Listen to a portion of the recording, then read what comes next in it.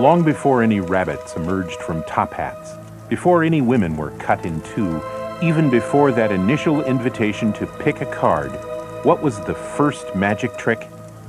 Probably this, a simple fire, but simple only if you know how to do it, know how to make it happen when and where you want it to happen. Once, one person knew, and the rest of the people didn't. And on that day, the magician was born.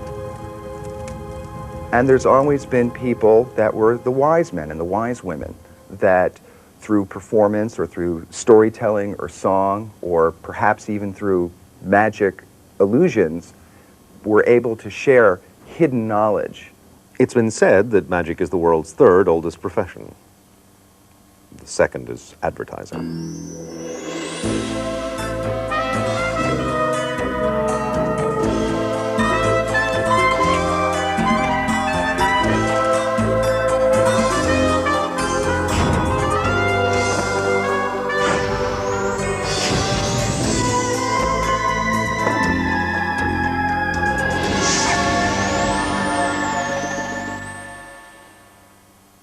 Franz Kafka once said that the meaning of life is that it stops. And that's very much what magic is about, isn't it? It's about mortality, and what are you going to do about it? In a Las Vegas casino showroom, magician Lance Burton is about to confront death before an audience of people who have spent the day confronting blackjack dealers, roulette wheels, and slot machines. The difference is that Lance Burton always wins.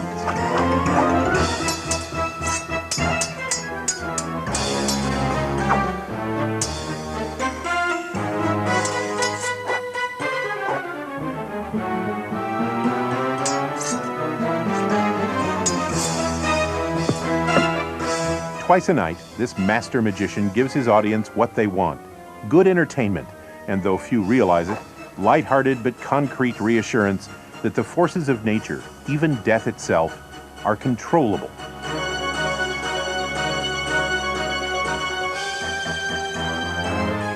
The possibility of controllable nature through creation, transformation, or knowing the secret was first presented to the human tribe by magical religious figures called shamans, and in many places, the shamans are still doing it, as they have for thousands of years, fulfilling a basic human desire to know. The basic motivation behind science and religion, and to a much lesser degree art, is this notion that the world around us is difficult, problematic, and that there are hidden patterns in the world which, if understood, could make the world easier to deal with. And the world can, in Max Maven's term, be very problematic. If the forces of nature can't be controlled, at least we can try to understand them. Since the beginning, human beings have asked, why does this happen? And why is it happening to me? So the classical role of the shaman is he is the delegate from the community whose commission is to obtain hidden information about secret connections and patterns that may exist in the world, to bring those back to the community and therefore make the community work better, to make life easier. To make all life easier by predicting and explaining nature's bigger effects and controlling life's smaller, more personal irritations. The shamans used whatever magical powers or whatever magical techniques they had to impress their patients that they had these special powers.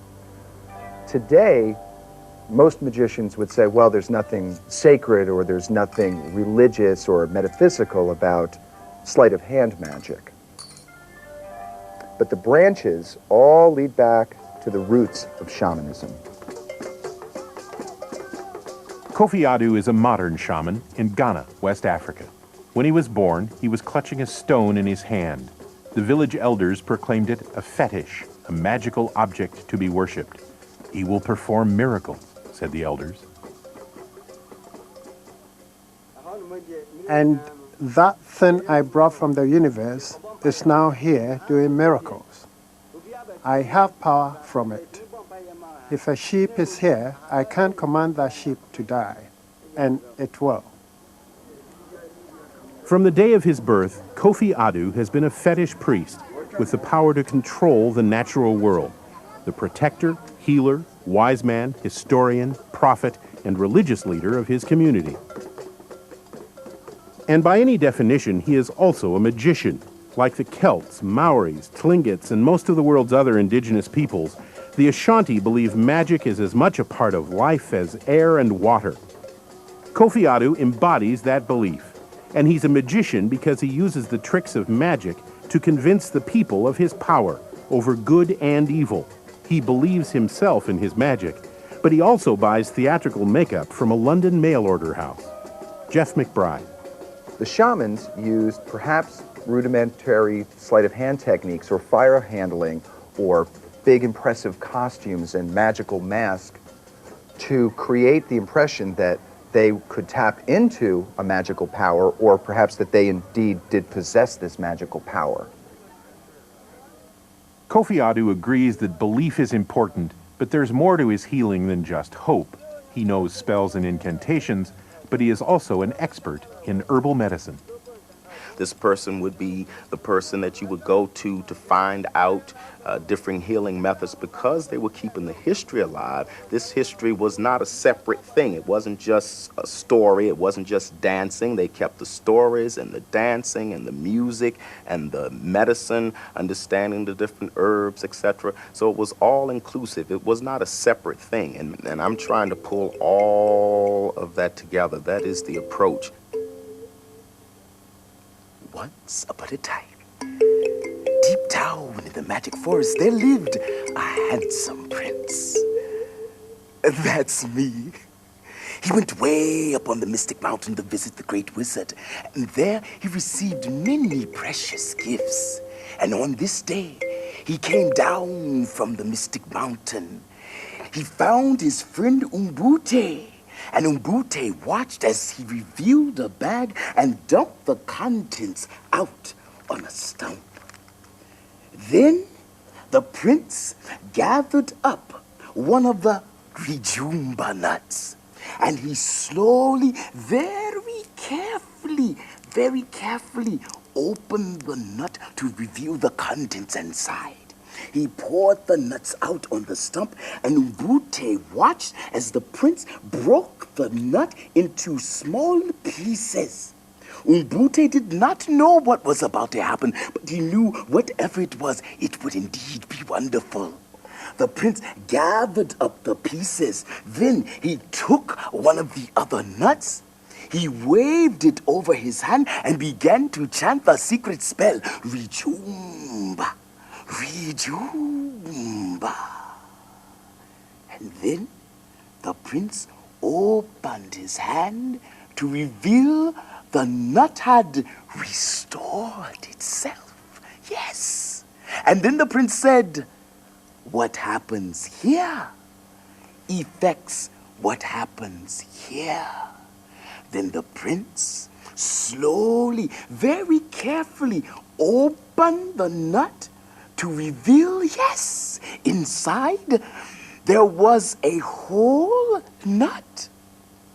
And there were now tiny pieces. Yes. I don't know if everybody was fooled by the shaman's tricks, and if some people in the tribe didn't know that they were tricks, but that wasn't the point. Science is looking at the universe to try to discover how it works and discover answers to questions. And that's essentially what magic is. If you cast the bones the right way, or if you do the incantations the right way, this will be the result. And somewhere along the line, it says that if you extract a certain root and you boil it or take a leaf and put it on a wound and say a certain number of words in a certain way and invoke a certain demon or a deity, that wound will be better or more likely to heal. And along in there, someplace, is some medicine.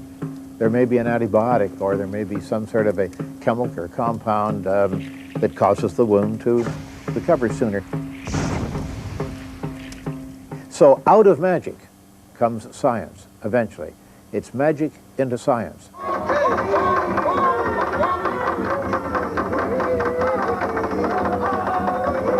The proto-scientific nature of shamanism includes prophecy for many indigenous peoples, including the Kwakiutl of British Columbia, seen here in 1914.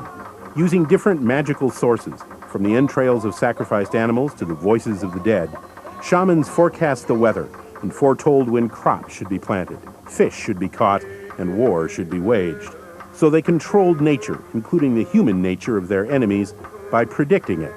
But their resources weren't just magical. By becoming even more sensitive than other tribespeople to natural phenomena and patterns, they became the first professional naturalists, agriculturalists, and more than anything else, psychologists.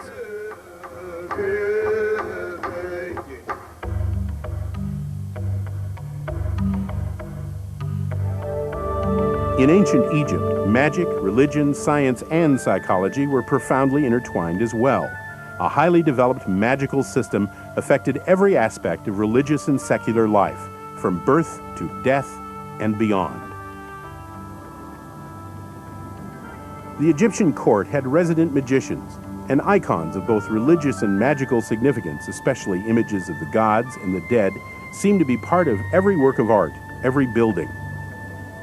The moon god Thoth was the master of magic, but he was also the god of measurement, an important scientific discipline for builders like the Egyptians. The pyramids themselves were scientific, religious, magical marvels for their time or any time.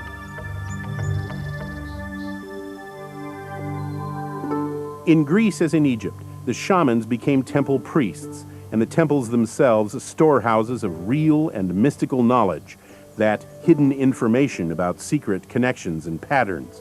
But magic, science, and religion were part of the temples as well. Some of those temples are pretty astonishing. The doors would open with thunderous noise, and it was all based on natural science or their early perception of natural principles. And that's probably what's interesting about Greek magic, is that, and Egyptian magic too, is that these people were not scientifically illiterate as we imagine they were. The authorities used their knowledge of science to astonish the people in magical ways. 2,000 years ago, Hero of Alexandria described in his book Pneumatics temple doors that opened by themselves when a nearby fire was lit by the priests. The doors were counterbalanced so that when the fire was extinguished, water was siphoned through the system and the doors would close again. The ruins of the oracle at Delphi and the many other places of prophecy throughout the Mediterranean are evidence that the gods and their priests provided another service that began with the shamans and filled a basic human need. If we accept the premise that the world is difficult and problematic, then of course it makes sense that people want to know what's coming, because one of the definitions of reality is that it is filled with dangerous and unpleasant surprises. What is going to happen next? Wouldn't you like to know? Well, actually, if history is a judge, you would like to know, because something that has fascinated and bedeviled humanity since the earliest recorded times is the wish to predict the future. And that's what we're going to do in just a moment, because this is an envelope that contains a prediction of a future event. And I'm going to ask someone to help me in participating in this experiment, and that's going to be you. Would you join me right here, please? What is your name? Wanda, hi. You hold on to the envelope, Wanda. That is a prediction, but it's not about you. It's about a person you're about to select. So if you would, point to anyone here, and we'll make a prediction about that person. Go ahead. Young lady there? Yes, what is your name? Pamela. Pamela, let me ask you before we go any further. I have a prediction for you. Do you believe it's possible to predict the future? Yes. Pamela says, yes, it's possible to predict the future. Well, let's find out. Would you take a peek inside the envelope, Wanda? Take a peek. Inside, you'll see there's a piece of yellow paper. Would you remove it? Yes? Yes. Would you open it, please? Do you want to see it? Well, I already know what it says. It says, yes, this person believes it is possible to predict the future.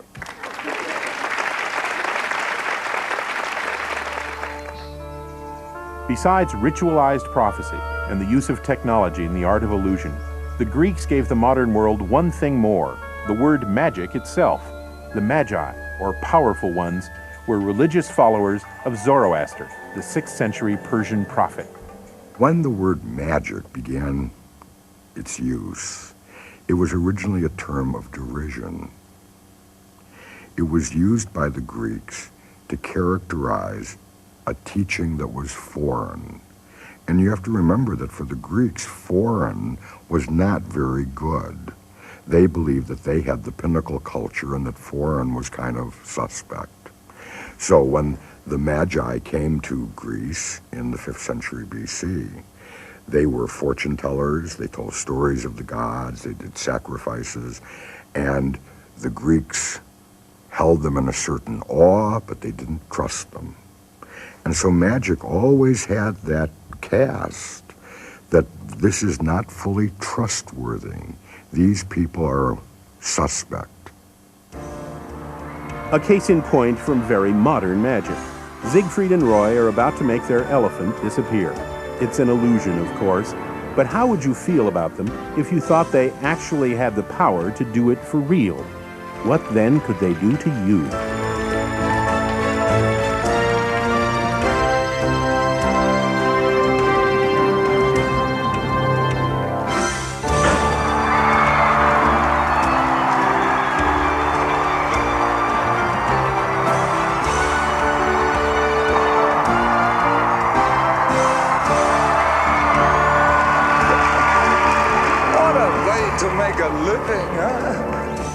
Just as magic can be cynically defined as other people's religion, so magicians are other people's priests.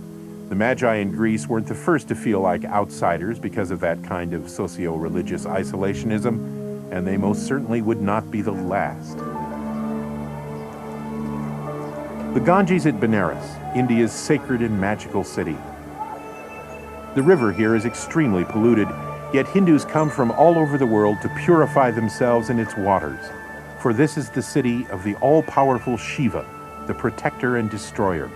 So the devout drink a liquid that would have very unpleasant effects on most people, yet they do not get sick. Is it magic or is it faith? There is no easy answer, because the relationship in India between magic and the many religious systems is both extremely complex and magnificently straightforward with a little help. Yellow cotton thread, a single length, which will represent the entire universe. In the stories of India, it is the god Brahma who creates the universe and all that there is. Brahma then retires, and the god Vishnu takes over, and Vishnu sustains and preserves the universe in every moment of its existence. And then, at the end of time, the god Shiva appears and dances the Tandava dance, a weird and terrible dance of fire, in which the entire material universe is destroyed in blinding light, brighter than 10,000 suns.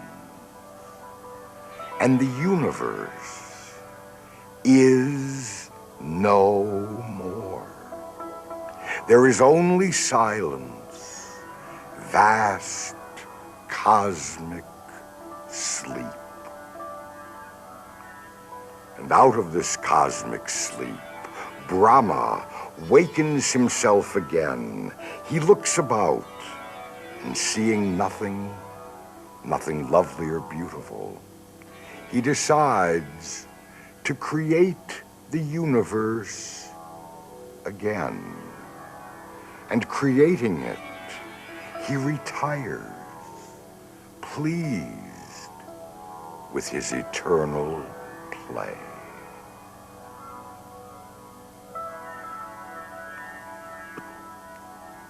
Although witches have been relentlessly and brutally pursued in India throughout history, street magicians and fakirs have been allowed to flourish as a kind of fake priest, doing everything from simple sleight of hand, like the cups and balls, to controlling nature by controlling its creatures, like snakes, goats, and even themselves.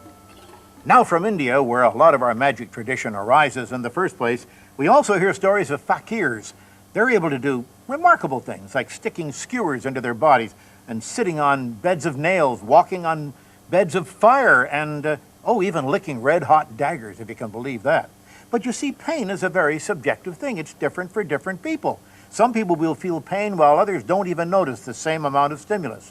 I'm going to straighten out a paper clip here, which doesn't seem to be very sharp, but I think it'll do the job for us. And I'm going to give you a demonstration by actually poking this into my arm. Incredible, but nonetheless true. I'll poke it in right about there. Don't get squeamish over this, because remember, I'm a trickster, this is a trick, and what you're seeing is strictly fake, but it certainly looks pretty convincing. Oh, whoa boy! Oh, the pain! Well, what you're going to see here is pretty gruesome, all right. Oh, don't want it to bleed all over the place, but what you're seeing here looks very realistic. I think you'll agree. You'd swear that I'd really done something terrible to my body. But remember, it's only a trick. It's not what the fakirs do. It's what we magicians do. And now, to restore this once more, whew, I think that if you look carefully at my arm, you'll see that, by golly, instantaneous healing has taken place. Ladies and gentlemen, a miracle. Because of their status as pseudo-priests, Indian magicians have the freedom to do amazing tricks about important, usually religious subjects, like death and resurrection, in The Hindu Sword Basket, performed by Jeff McBride and Luna Shimada. And in India, of course, in the Hindu mythology, there's these epic cycles of creation and destruction. And the basket illusion is a classic theme of death and resurrection. You have Kali, you have all these great mythic characters, and in the classic Hindu version, a young boy gets placed in the basket and is sacrificed to Kali, and then through the goodness of the crowd, after they buy little magical rings that the magician sells to them, he has enough money to buy food offerings to give to Kali, so the boy is then restored.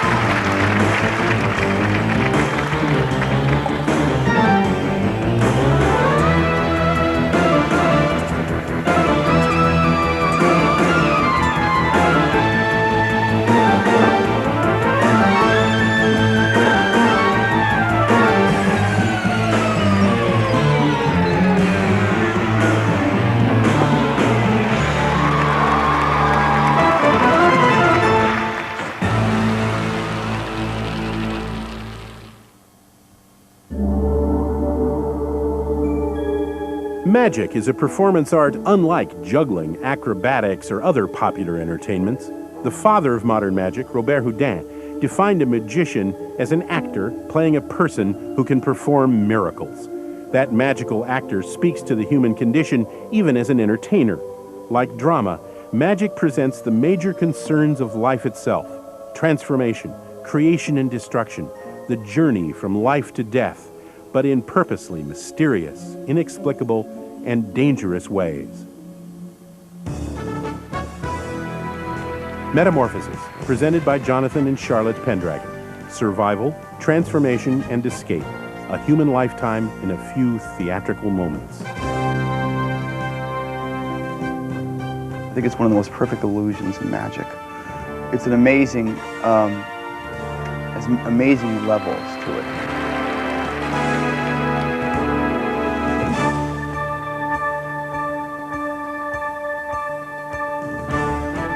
Houdini is the person who gave us the contemporary look of the effect. If it's done at a particular level of performance and speed, it feels like a double escape. One person escaped out, one person escaped in. A little bit better focus, a little bit more speed. Begins to feel almost like a penetration. The person penetrated through the wood of the box, and the other person penetrated out. We wanted the magic to be up here where we were, so we give it the feeling of transformation.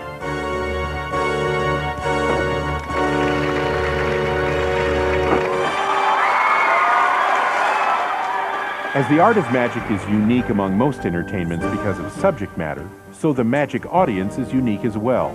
They wonder how it's done, but don't really want to know. Magic encourages both skepticism about and hope for the miraculous. It is, said anthropologist Bronislaw Malenkowski, ritualized optimism.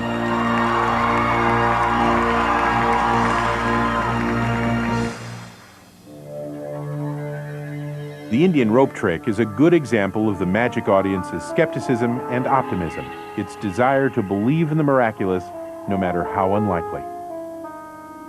Now, the scenario of this rope trick is that the magician has a basket sitting there. He takes a coil of rope, throws it into the air, it becomes rigid, and it stays up there. That he sends his little Indian assistant, little boy, to climb up the rope. The boy reaches the top of the rope and then starts to yell insults down at the magician and such, and it's not clear whether the guy's visible or not. He apparently goes into the clouds in some versions of it, and the magician gets very angry, takes a big sword, puts it between his teeth, climbs up the rope, and you hear screeching and whooping and hollering, and pieces of the boy drop down, and then the magician descends the rope falls down, he takes all the pieces and puts them into the basket and shakes the basket up, and lo and behold, the boy jumps out in one piece, hopefully. And that's the legendary account of the Indian rope trick. Although the rope trick has been lovingly described by many people, nobody seems to have quite seen it, at least not as described. Many magicians have performed versions, this is Kalinag, but done outside, without a convenient theater fly loft, and with a cut-up and then reconstituted little boy, no. Nevertheless, the legend persists because we want to believe it, and we want to be skeptical about it at the same time.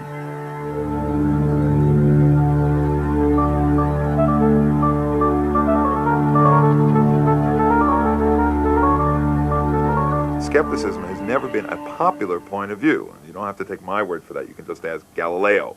I'm sure he felt much better when the church finally absolved him of his wrongdoing 400 years after they ruined his life. So skepticism has never been real popular. And skepticism is just what magic encourages, plus a paradoxical belief in miracles. But for the Christian church, beginning in the 4th century, they were the wrong miracles done by the wrong people about the wrong things, proprietary topics for the clergy, like life and death. Christianity kind of insulated itself from magic, well, through its vocabulary. They do magic, we have miracles. You're doing divination, we have prophecy. So by changing the vocabulary, they were able to distance themselves from involvement in the group. And from that distance, the church threw large, lethal, symbolic rocks at the magicians. Magicians in the medieval times, or even before that, kind of had a rough go at it. Because if you said you had magical powers, you were burned at the stake for being a witch. So here we get to a time in history where there are different competing franchises for the same congregation. You have entertainment and magicians and priest-healer magicians and all these different varieties of magic. And all of a sudden, if you say you're a magician and that you have some sort of magic, you die. The ace of clubs will represent an exceedingly efficient instrument of medieval torture. The king of clubs, a traveling magician, a sleight of hand artist who has been accused falsely of heresy. I play Torquemada. Well, the device is prepared behind the victim's back, thereby increasing witless anxiety. The Inquisition begins. Do you confess your heresy? No? Great. Perhaps this will loosen your tongue. Actually, the victim's tongue has been removed, so the anguished cries do not detract from the merriment of the moment. Now, you might think that the victim would be inserted into the device. No, the device is inserted into the victim. Much more painful, and it is pushed against the very spine. On good days, you can get them to turn around, but on really good days, you can get them to turn inside out. Not only that, you can get them to turn outside in. And not only that, you can get them so confused, bewildered, they actually face half one way and half the other. A quick snap of the spine. This is my favorite part because you will hear the bones breaking.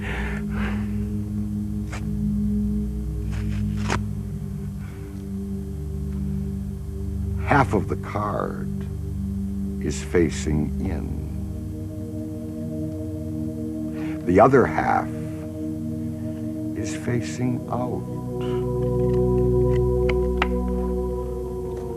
And that's how they searched for truth in the Middle Ages. Eugene Burger's humorous little demonstration of inquisitorial methods would have gotten him burned at the stake in 1450. Lance Burton's serious big demonstration of magical immolation would have gotten him burned at the stake any time between 300 and 1800 A.D.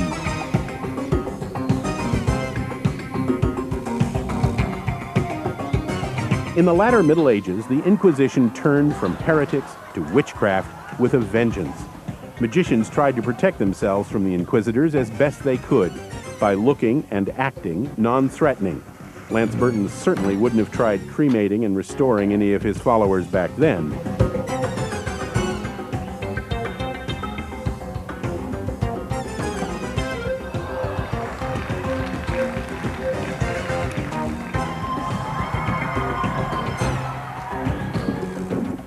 In 1584, support for the conjurers arrived from an unexpected source, a retired justice of the peace named Reginald Scott. Horrified by the slaughter of alleged witches, he published The Discovery of Witchcraft. Scott did the unthinkable in the book as far as conjurers were concerned. He gave away the tricks, but no magician has ever complained.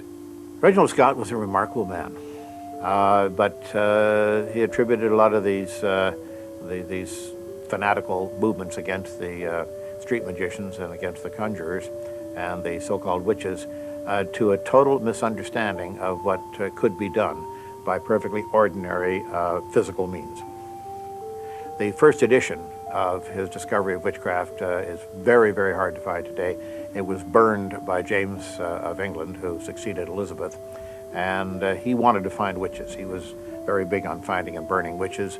He was a zealot in that direction. He didn't want the news out that there weren't any such things as witches. Although eventually even James I renounced his belief in the power and ubiquity of witchcraft.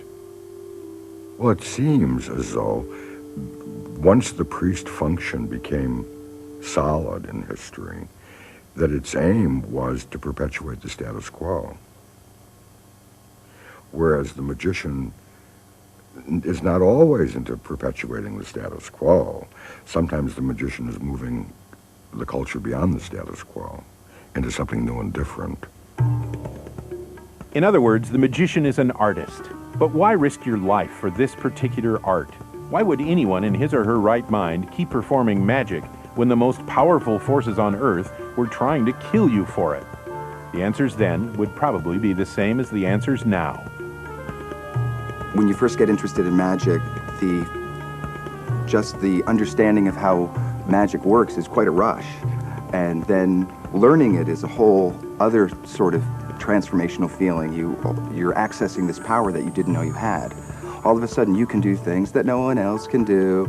I think the most important power that a magician can have is the ability to be able to help the people that he comes in contact with, to be able to show them ultimate human potential, to be able to help them get in touch with their own power.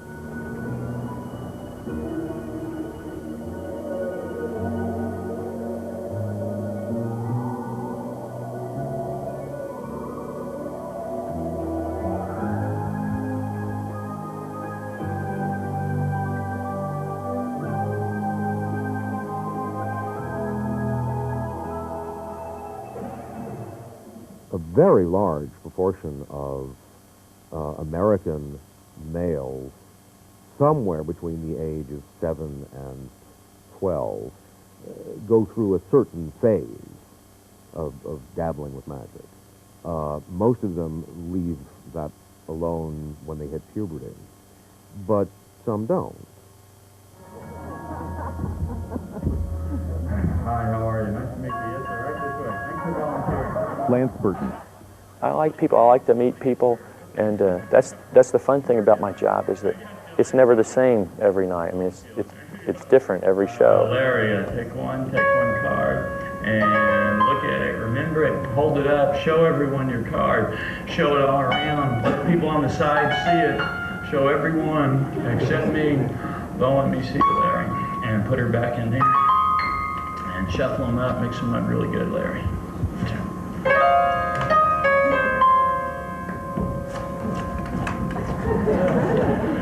You people want to see somebody get hurt. Yeah. Oh yeah, it was a great show. He killed the guy and everything.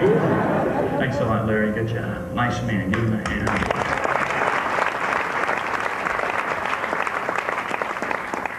Always nice to have lawyers. This is not the most spectacular magic trick in the show, but it is the most difficult. It's my job.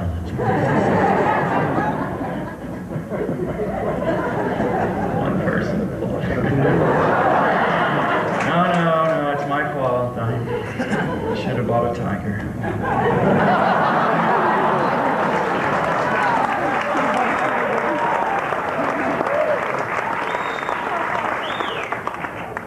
You people, you're all right. Larry, my friend, what was your card, please? 3 of spades. God bless you.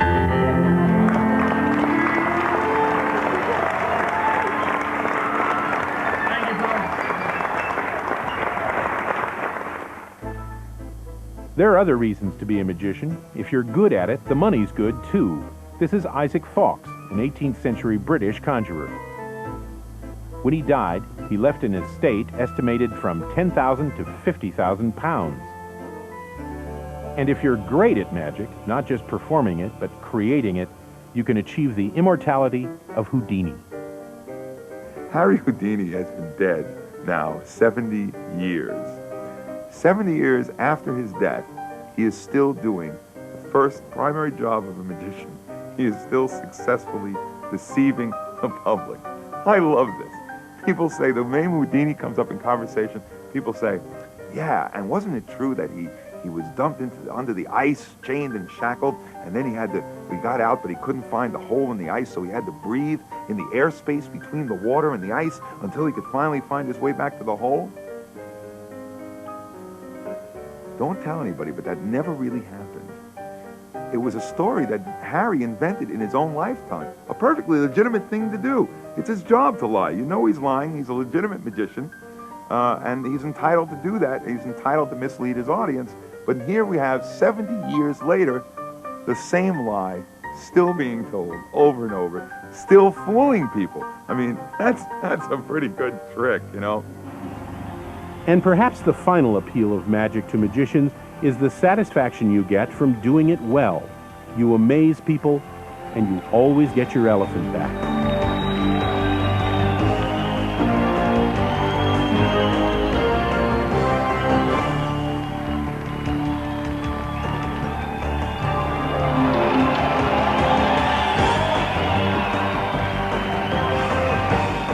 You don't even have to have an elephant to be amazing.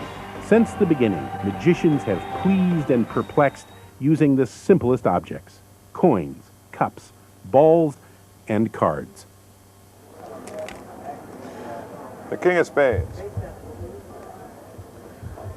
I call the King of Spades the Big Apple card because, like everybody else in the Big Apple, the King of Spades is the one always trying to make it back up to the top of the heap. Look, very slow, very fair, in the middle. You can almost see it as it rises up through the deck and back to the top. I don't see much of a difference between performance magic and other forms of entertainment, with one exception, which is that magic wears its secrecy on its sleeve. I have this very narrow specialty. I know about fooling people. That's what I know about. Can't go to school for it, you know, but that's what I know about. And I know how to use it. This man is serious. All right, I think that's enough. Great. Good job, good job. Do me a favor, just point to a card, touch one, I'll show it around to you. This one right here. Take a look at that card, Mac, all right? Try and remember it. Okay, now I don't want you to tell me what it is. I just want you to tell me Jamy Ian Swiss could be performing this trick 500 years ago. Across the table in a local alehouse, one person with cards and skill, another person willing to be fooled.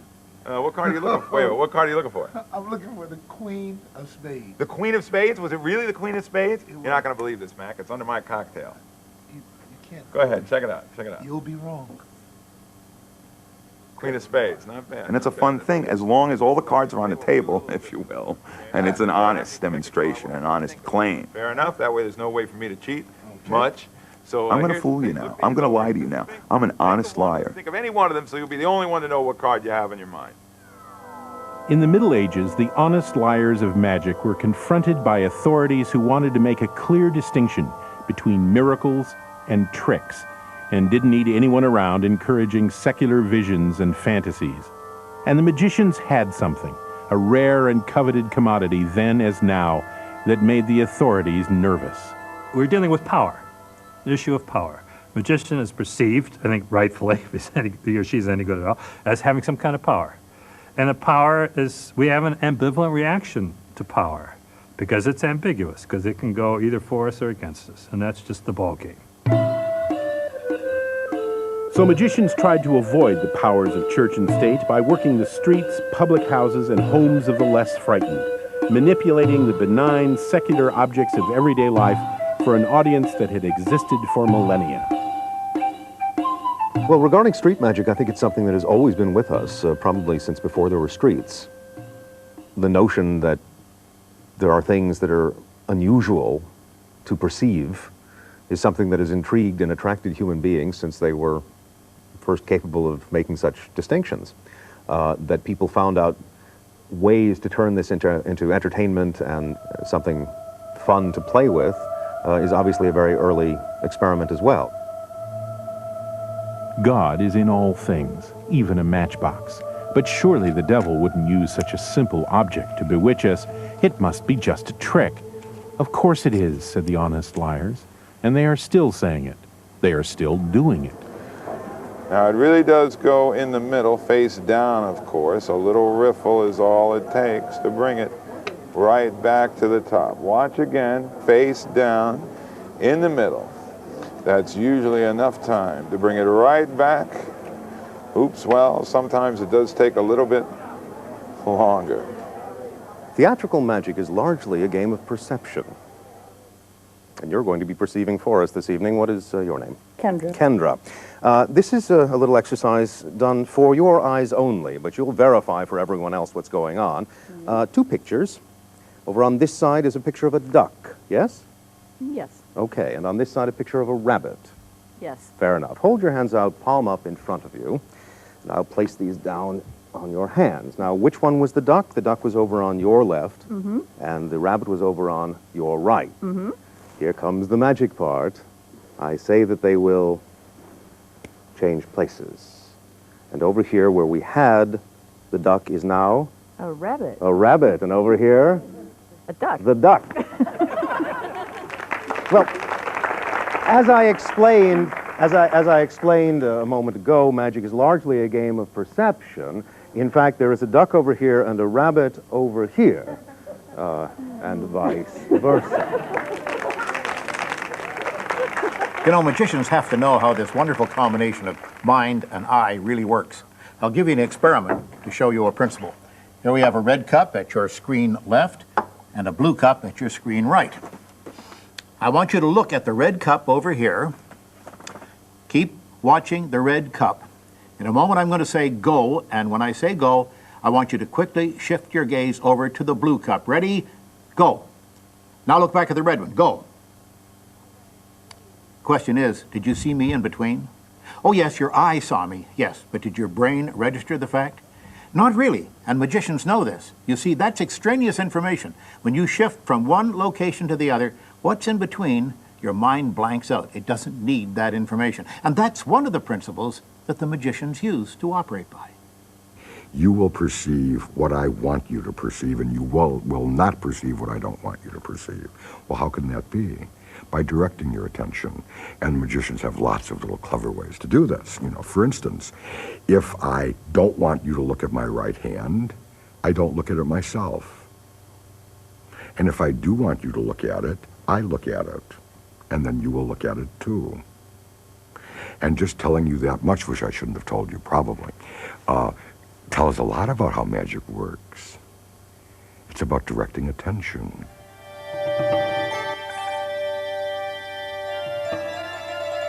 This kind of close-up street corner magic is called sleight of hand. To many conjurers, it's the hardest to master. But at least the props are simple, like the cups and balls, here in the hands of Jeff McBride. The cups and balls represents that we live in a world of wonders and there's surprises at every turn. It takes place on this little surface, and all of a sudden, something that you thought was here is over there, and it reminds us that reality is subject to change without notice.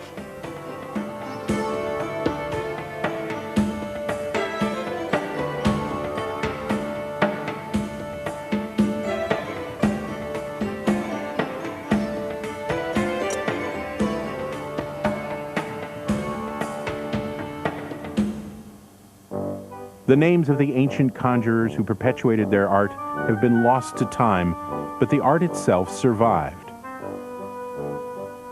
In more recent times, we've known who the masters were and what they did, thanks to performer historians like Johnny Thompson.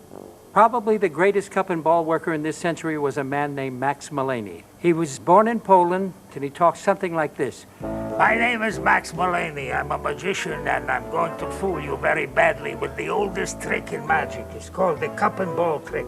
This trick is so old, it's older than God. Keep your eye on that cup. I'm going to place the ball on this one, rub my hands, place it underneath like so, and it really goes there. Keep your eye on it. It's gone. It reappears over here. I'll do it one more time, this time on this cup. Watch carefully. I've tapped the cups. The ball disappears, reappears over here. I'll do it one more time without the cups. Keep your eye on the ball. Watch. It's gone. It's gone. And of course, all three are over here. Almost as ancient a trick as the cups and balls is the coin-plucking miser's dream. Jeff McBride. The magician has tapped into some unexplainable force that allows him to be able to pluck coins out of the air. This is a secret desire of just about everybody. And the magician shows us that perhaps if we access different parts of ourselves, we can pull hidden treasures out of our own psyche and make them visible.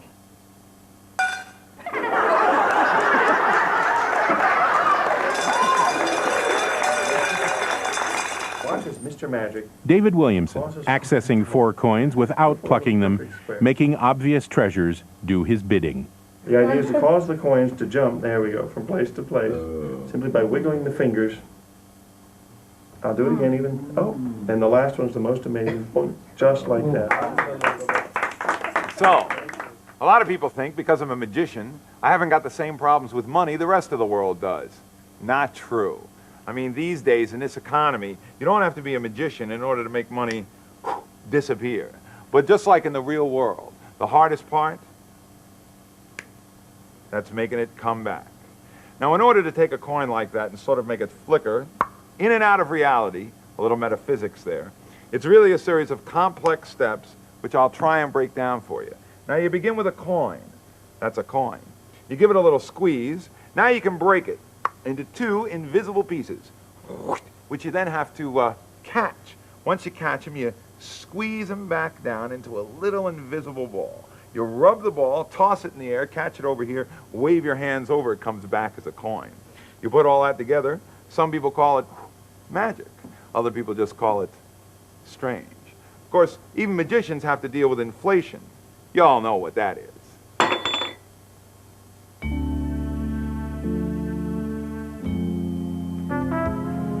Sleight of hand doesn't always involve inanimate objects.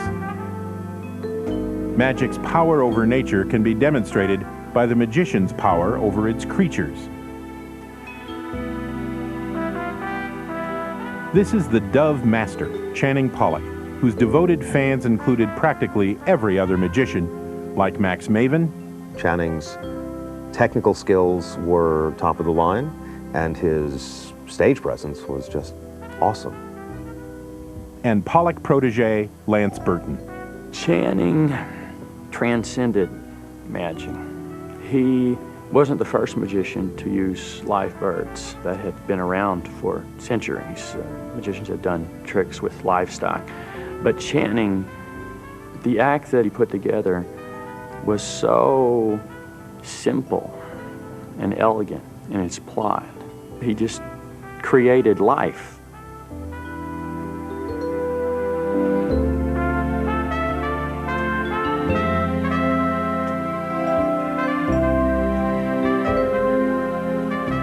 After this 1959 Italian film was seen by astonished magicians around the world, Channing Pollock also unintentionally created a lot of bird acts.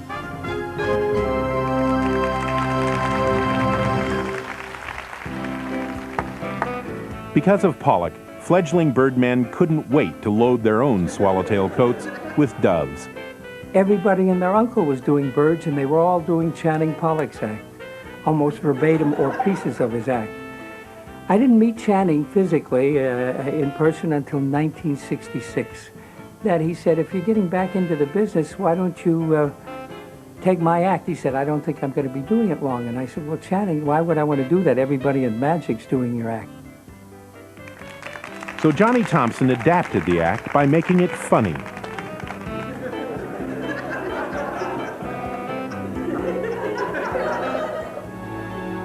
Lance Burton does much of Channing's act, but he also leaves the birds in their cages.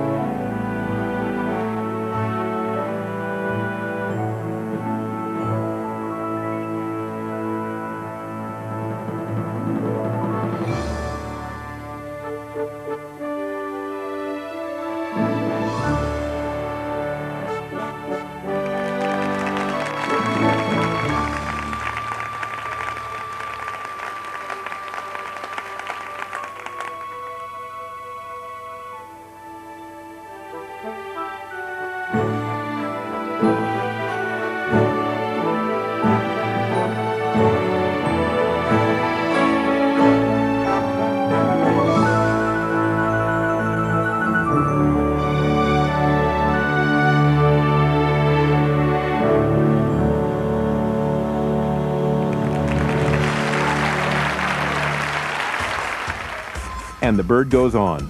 This is Canadian Jason Byrne, who has taken a bit from Pollock, a bit from Thompson and Burton and others, and created his own work of art.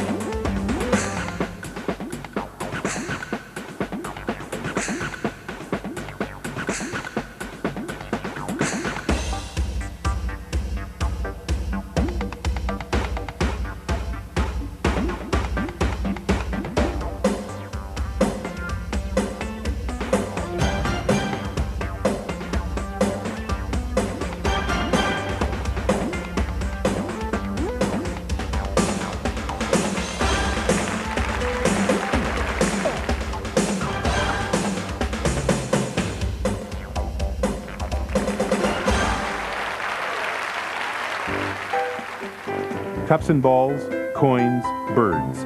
Anything at hand can be at sleight of hand for conjurers.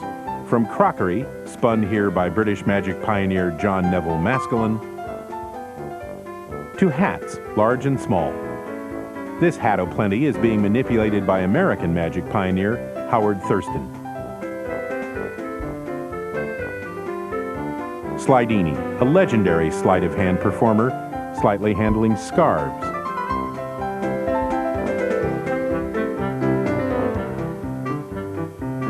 You're a very pretty young lady, and I like that outfit you got on there. Let's take a look at you. Very nice. That's very becoming. Oh, hold on there, Sarah. Wait a minute. You got a little tag stuck on the back there. From his big Las Vegas show, Lance Burton shows a small child a long ribbon.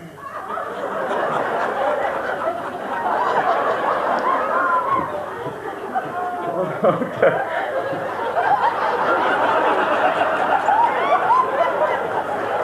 See, this is a magic ribbon, and this is for you. I'll tell you how this works. Now, you take this home with you, okay? And now listen, when you go to sleep tonight, you put this underneath your pillow, and when you wake up in the morning, there'll be $1 there, okay? Remember, you just remind your folks the magician said so, okay?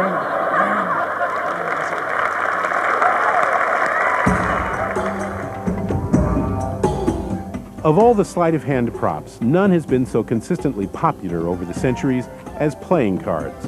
Widely known, easily handled, they were covered with religious, royal, or mystical symbols that hinted at their ancient origins. From their first European appearance in the 15th century as fortune-telling tablets of fate, playing cards have been the ideal prop for magicians. I'll take the king, cut it back into the deck. A little deeper. I won't even touch it this time. I'll just push it in with that 8 of spades, and that's about how long it takes to come right back to the top. Sometimes people accuse me of cheating. They say I don't really put it in the middle. But look, if I was to put the king in the middle of the middle, you can't get much more in the middle of that, but it still comes back to the top. Among card manipulators, one name is revered, Cardini, the former Richard Pitchford of Wales, who conquered his audiences through character and quantity. It seemed like more playing cards than there are in Las Vegas poured from his hands, hands that were always encumbered with gloves. Lance Burton. And the story was that during the war, he would practice in the trenches, but it was so cold he had to wear gloves. And then when he got injured, he was in the hospital, and he asked for a deck of cards, and they gave him a deck of cards. And then when he asked for a pair of white cotton gloves, they thought he was nuts, and they brought in a psychiatrist. I think of all the manipulators in the 20th century, I think Cardini was the best.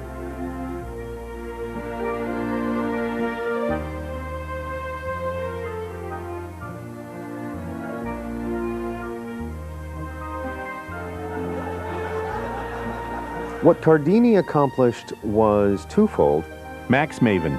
First of all, he took the level of technical skill involved in an act of his type and raised the bar to a height undreamed of before. In addition, he created a wonderful characterization that was original and engaging and offbeat.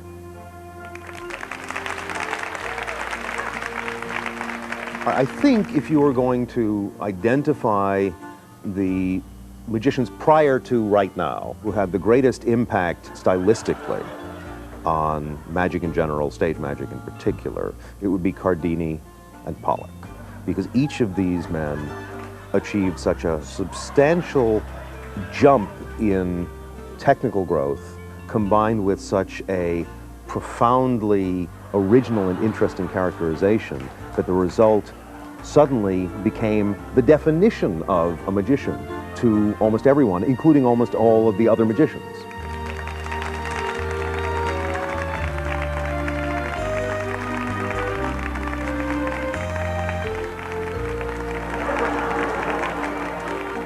Right now, I'd like to use these 4 aces to demonstrate for you 4 basic principles of card conjuring. The only thing you need to remember for this is the relative position of the aces. So for sake of description, we'll say that the red aces are inside of the deck and the black ace is outside. Red's in, black's out, and 4 basic principles of card conjuring. Beginning with this one, the snap. If I snap the cards, I can actually make the aces change places with the red ace is now outside of the deck and the black ace is inside. Red's out, black's in. Now, if I wanted to reverse the process, I'd never use the snap. I'd give the deck a little twist. You get the black aces outside of the deck and the red ace is inside. Black's out, red's in. Now, I didn't actually let you see the snap the first time. I'll let you see it. Don't blink, or you'll miss it. There's the red ace is outside of the deck, and the black ace is inside. Red's out, black's in, and of course you remember the twist with the black aces now outside of the deck, the red aces inside. Now, of course, I could keep on doing this till somebody likes it, but perhaps I should just proceed to the 3rd principle, which you may find more amusing, less confusing, and twice as educational. What I call, cleverly enough, the slap. Because when you slap the cards, everything changes. You see the aces, they actually disappear. Look, I'll run through the deck quick. If you see an ace, you just shout on out, but I'll get a little ticked off. Actually, there's no aces in sight, because to tell the truth, in order to bring them back, I need to return to the 4th principle, what I call the flick. A little flick, you get the black ace back, the first one. Another flick, you get the 2nd black ace. That just leaves the question now of where are the 2 red aces. Watch closely as I cover the deck. There are the 2 red aces, and that's 4 basic principles of card conjuring.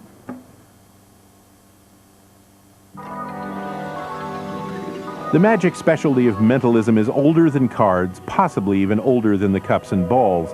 And though mentalism can also involve manipulating objects, manipulating minds is the practitioner's real challenge. Mentalism deals with thinking, so it covers a pretty wide range of things. What in recent times has been dubbed psi or psychic phenomena, things of mind reading, telepathy, predicting the future, to some extent psychokinesis, making things move by the power of the mind.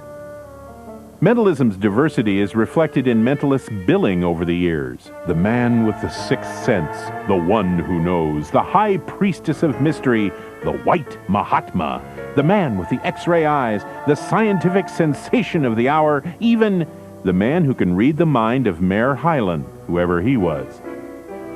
Some mentalists were husband and wife teams, like the Zanzigs, who billed themselves as 2 minds with but a single thought. They did second sight. Mrs. Zanzig, blindfolded on stage, identified objects her husband Julius gathered from the audience, and they were an inspiration for Leslie and Sidney Piddington. Their mental telepathy seemed so real, many people assumed it was, a claim they neither made nor denied. The reason mentalism attracts me is because I don't have to lug around big props. No, that's only a partial answer. My attraction to mentalism is because it's the closest thing I know of to real magic. The work that I do is theatrically enhanced, but it is largely based on genuine principles of psychology and intuition, and as such, it spooks even me. Mentalism's general spookiness and claims by some mentalists of real psychic powers have made it one of magic's more controversial arts from the beginning. The first famous practitioner was Cagliostro, an alleged Sicilian, alleged gypsy, definitely fraudulent seer, whose friendship with Marie Antoinette nearly got him shortened by a head during the French Revolution. Washington Irving Bishop, an American mentalist of the late 1800s, perfected the blindfolded driving trick, but he announced that his effects were due to powers he received from Almighty God. Bishop both prospered and suffered for such claims, including losing a 10,000-pound lawsuit to John Nevel Maskelyne, but also attracting much press attention and huge audiences. He died young, too young, according to his mother, who claimed the brain of her cataleptic but still living son had been stolen by over-curious physicians, and she may have been right.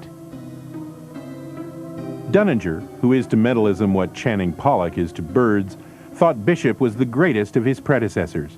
He also claimed real psychic powers, but without most of the controversy because he was so good at what he did. Seeing him up close, you realize that it was not the methods, the gimmicks, the ways he had of knowing this information that he would know about people and reveal to them. It was his personality, the way he developed it. Although impressive in person, the man who billed himself as master of mental radio achieved his biggest success on real radio and eventually television. Today, on television and stage around the world, there is Max Maven, who bills himself as Max Maven.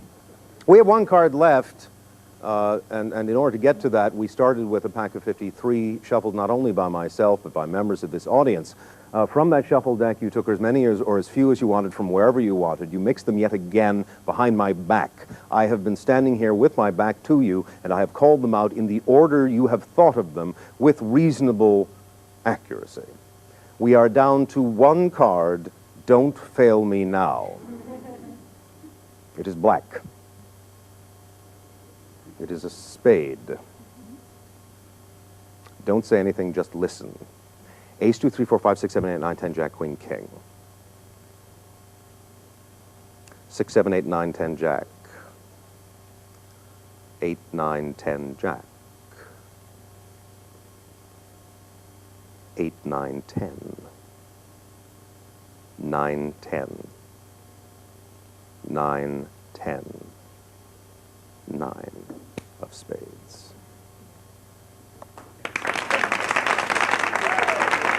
Like so many of his predecessors, Max Maven is enigmatic about the true nature of his power.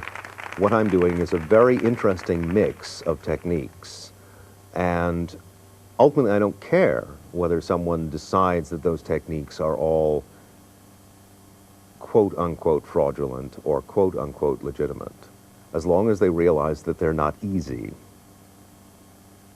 Now, some psychics say they can deform pieces of metal like this silver fork, and they say that they do it with magical, divine forces of some kind in their minds. Maybe they can, but I can tell you that it's easy to do by trickery, too. Watch this very carefully now. I'll just hold it right out where you can see it in high resolution, and I'll just see whether or not we can get the effect we want. Let me see now. Oh, can you see that? It's happening right before your eyes, ladies and gentlemen. Look at that. One of the tines is actually bending and turning sort of liquid, and gee, I wonder how that's done. Well, if the psychics say this is done by magical psychic forces, I can show them a much easier method, believe me. I can sit down in front of the card expert and, run up a good poker hand when he thought nothing was going on. And I can sit in front of the academics and the scientists and say, look, parapsychology claims to have established 4 kinds of paranormal phenomena in the 140 years that parapsychology has been studied as an alleged science. These are precognition and telepathy and psychokinesis and clairvoyance. I don't believe that any of these phenomena actually exist, but I'm going to demonstrate them all for you in the next hour, to demonstrate that they can be fooled, and that the most dangerous thing in the world is to think that you're smart enough that you can't be fooled. Even I can be fooled. Now let me show you one of the experiments that's being done in parapsychological labs. Now you see, scientists aren't that difficult to fool. They don't know what the magician's techniques are. I have here a metal file box. This is used for filing cards. And I have here a die with 6 different faces on it. This is the way the experiment looks in the laboratory. They toss the die into the box, and then it's randomized. Turned every which way. Now, naturally, it's impossible for me to tell you what face is uppermost on that die. But I can pretend to look through the metal at the top of the box. I'm going to stare through the metal now. I get an impression of a small number, not a completely small number, a sort of an intermediate number like 2 or 3. I'll say 3. We'll guess at 3. In fact, I get a strong impression. Yeah, 3 dots I see on that. Let's look inside and see whether or not I'm correct. By golly, look at that. 3 on the nose. 1 chance in 6 of being successful, right? Oh, no. It's 6 chances in 6 of me being successful, 100%, because it's a trick. Watch. A common belief about magicians is that the hand is quicker than the eye. It's not. You're usually watching the wrong hand. And it's not true that magicians never reveal their secrets either. I simply drop the die into the box, really do randomize it. Now at this point, of course I have no idea of what is uppermost on that die. But what I've done now is something you didn't see before, you didn't notice, because looking at the box from this angle, you can't see it. Look. When their secrets are being used to defraud or mislead the public about the true nature of a performance, many conjurers gleefully debunk the transgressor. I actually cracked open the box at the back here, and I'm looking inside there, and I see that that's a 1 on the die. So then I casually close it up again secretly, and I say to them, I'm getting an impression of a very small number, the smallest possible number. I'm getting an impression of a 1.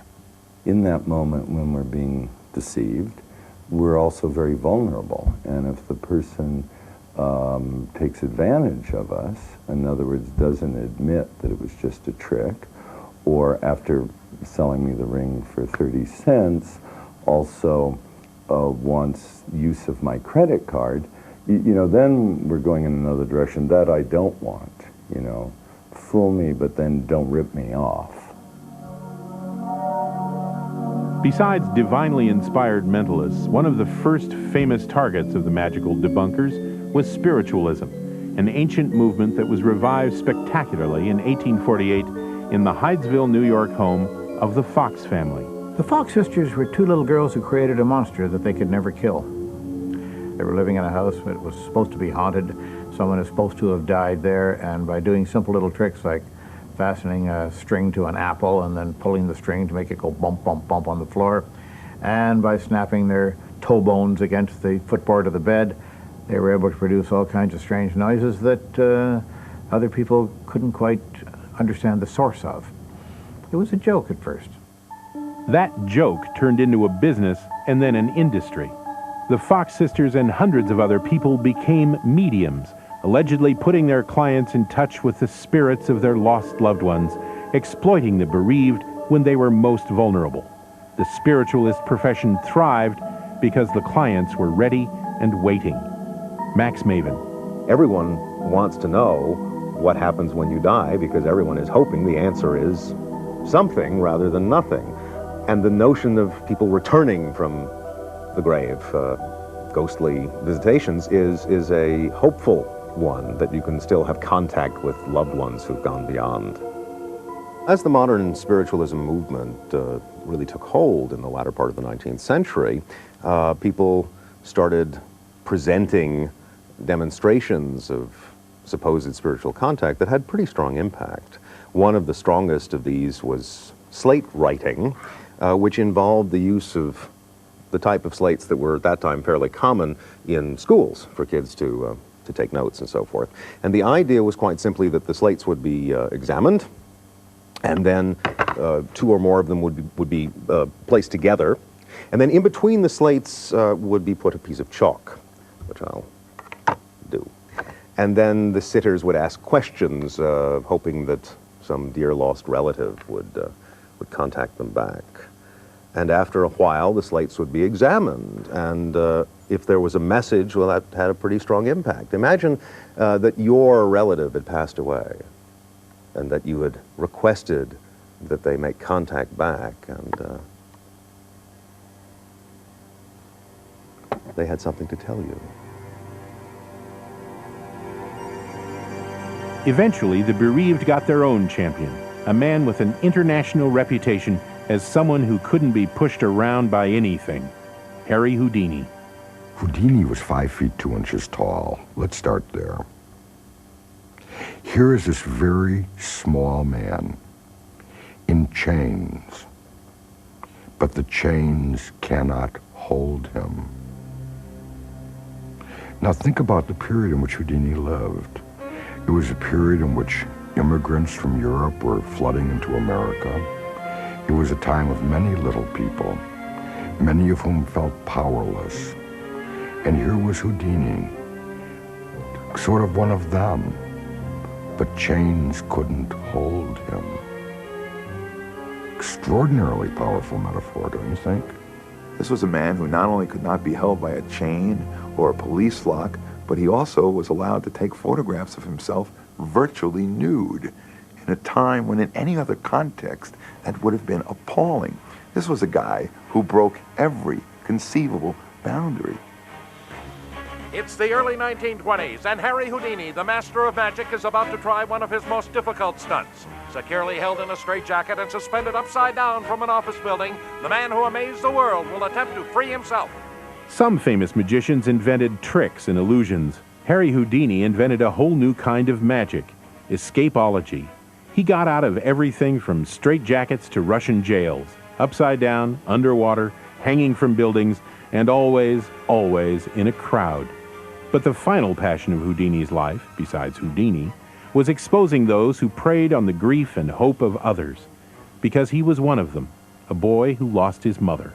Spiritualism was all the rage at the time. He had already branded it as a total fake and a farce. But I think that he quite honestly suspected that if there was anything to it, he certainly could connect with the spirit of his deceased mother. And he went to some spiritualists. And of course, his mother always came through speaking English, a tongue that she never spoke a word of. And he was very disappointed at this. But he was a great fighter for his day, and his days ended up with him as a spookbuster, so to speak. He was the ghostbuster of his day, and he did very well at it. Sometimes by showing how simply it could be done, as simple as good, strong toes on a good, loud, under-the-table bell, or with a bit of cheesecloth. You might go to see a seance in those days, and you'd sit around a table in a dimly lit room with your hands on the table, trying to call up the spirits of the dear departed. This is approximately what it would look like. Ectoplasm was supposed to be the substance that came from the medium's body and formed up these spirits when they had what they called a materialization. You would call upon the spirits, "Oh, spirits, are you there?" And pretty soon in the dark room, you'd see a mysterious substance start to appear, and it appeared to come from the medium's body. Now, the mediums were always very careful in all of their books and pronouncements and their speeches and their sermons to the faithful, to warn the faithful that the skeptics, those dreadful skeptics, said that it was impossible to tell the difference between genuine ectoplasm, like this, and ordinary cheesecloth.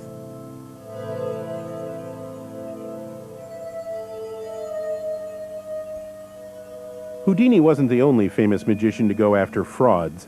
Just a few years after the Fawkes sisters emerged, two brothers named Ira Erastus and William Henry Davenport claimed divine inspiration for ringing their own bells.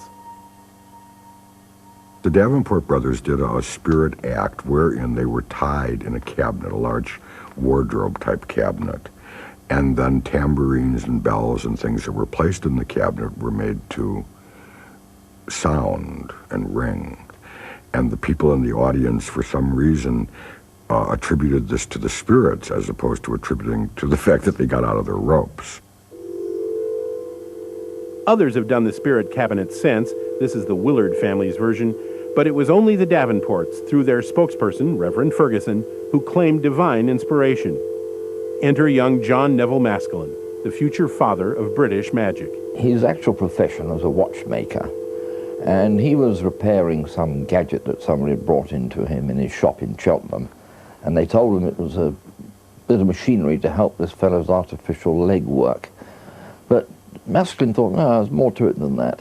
And he went to see the Davenports, who were American spiritualists appearing in Britain, and he realized that that little piece of apparatus which he had repaired was in fact part of the Davenports' spiritualistic act. And he was anti-spiritualist, so he watched the show, realized how they did their tricks, and got up on the stage and said, I'm a magician and will reproduce what the Davenports have done.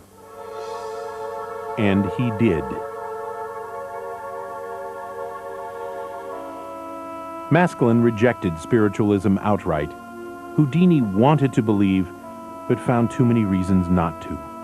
But you know, the mistake that Houdini made, and that many present-day skeptics make, is to take all of this talk about spirits and lump it into the fraudulent category, where in fact people have been talking to spirits since the dawn of civilization, and perhaps before civilization, when we were hunter-gatherers. And whether that was all fraud, or whether there's something meaningful that we can talk, whether there's meaningful elements in this, is I think, an open question. There may be people with real psychic powers. America's Psychic Hotline Network gets thousands of calls a month, and those callers must be getting something out of it. But it's also true that if you don't mind being a fraud, psychic is a good way to go, but be careful where. I think a lot of this question has to do with the context in which something is done. If someone walks into a person's home and conducts a seance and says, I'm going to contact the spirits of the dead, then either they are honest in this attempt, in what they say they're doing, or they are willful frauds who are cheating people into a false belief system. But there's a middle ground in show business where I think the ethical rules change. If someone walks out on a nightclub stage and says, I'm going to bring a ghost in here, I don't think they are obliged to say, I'm kidding, any more than at the end of the performance of Hamlet, the actors are obliged to stand up and say, we weren't really killed. When I say the word magician, I'm really saying a lot more than that. I'm saying, I'm going to lie to you. That's my job. But you're safe, because you know, I warned you. Now, the moment your card hits the mat, you go for it. Okay. Now, if you get there before me, highly unlikely, but if you get there before me, keep your hand there. Keep your hand flat on top of it, because if I missed it the first time, when you lift your hand later, well, I'll just get it then. And so I'm kind of like the guy who sells you a ticket to the roller coaster, you know. And I bring you up there. I give you that near-death experience that you want. But I also promise I'm going to bring you back to the place whence you began in a not severely altered state, right? 6 of spades. Oh, not bad for the big guy. What was it, 6 of spades? Yes, turn it over, turn it over. Let's see it. No, it's red, wait. Wait, was it really the 6 of spades? You know, you're not going to believe this, Mac. See, it's under my cocktail. Go ahead, go check it out, check it out. Not again. There it is. But the psychic who uses these tools of my legitimate, honest living and then misuses them to mislead people about how the world works. So he sells you a ticket, brings you up on top of the roller coaster, and kind of leaves you there, pushes you off. Famous magicians debunking fraud still goes on. As alleged psychic surgeons are performing their operations in the Philippines and elsewhere, it is magician James Randi, the amazing Randi, who exposes them, not by showing how the trick is done, but by showing that it is a trick. Warning, what you're about to see isn't nearly as ghastly as it looks. All sorts of things appear to come from the center of the body, and the deeper we go, the more we seem to find. Terrible things that are said to be tumors of various kinds, but are in reality animal parts that were introduced onto the site surreptitiously. And the astonishing thing is that when it's all over and you just wipe up the mess, you'll find that there is no trace of an incision. The only thing that's been removed from the patient is that dreadful lump in his wallet. Do you feel any better? I feel fine. Wait till you get the bill. You know what? Should we try one more?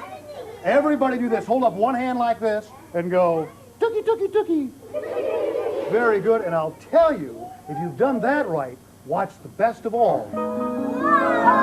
Even as some of its classic effects have endured for centuries, magic itself has changed in many ways, because it is art, and art evolves by combining the techniques of the past with the imagination of the present and the respect for both by the artists themselves.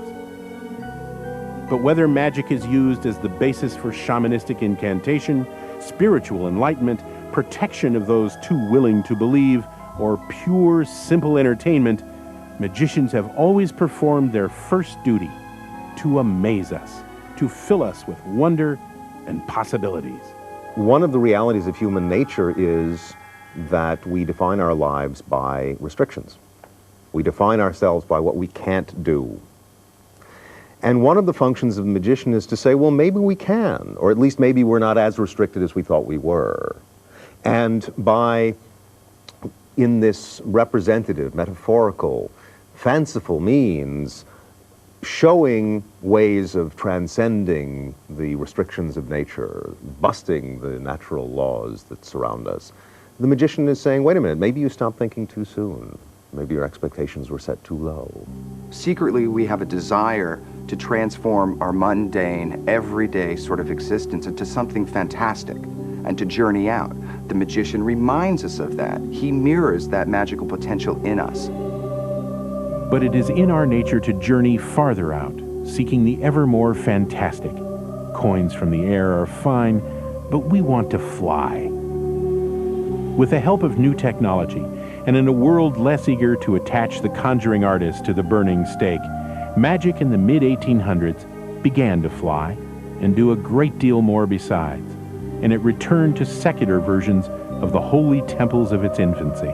As the theater evolved, there came a housing again to create kind of a sacred place for the arts. Oh, did I say sacred? And here, the magician moves from the street back into the temple of the arts, which is the theater, with the magician playing the challenging central role of God, creating, destroying, transforming, the fire and the stake forgotten at last. Do you believe in magic?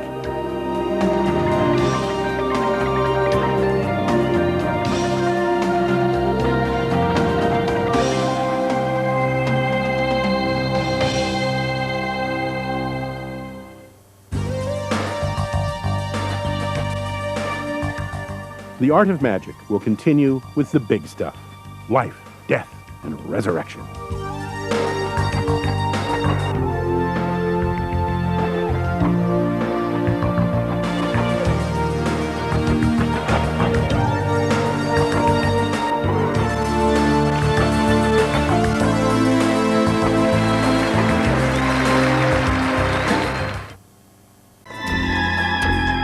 We now continue with The Art of Magic.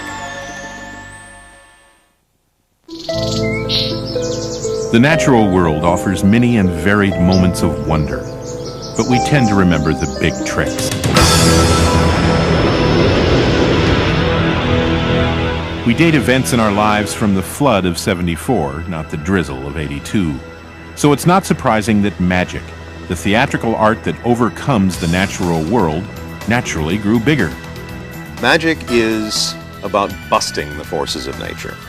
The enchantments of magic point beyond illusion to the great mystery, the eternal transformation of life and death and rebirth. Magic, alone among the theatrical performing arts, asks a question. What does this all mean?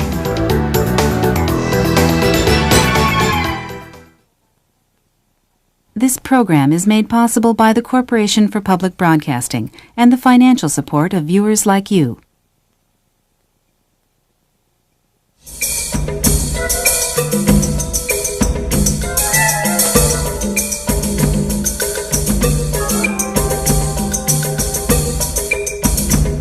For centuries, this was performance magic. Cups and balls, coins and cards, entertaining just a few people at a time, on the streets and in the parlors and pubs.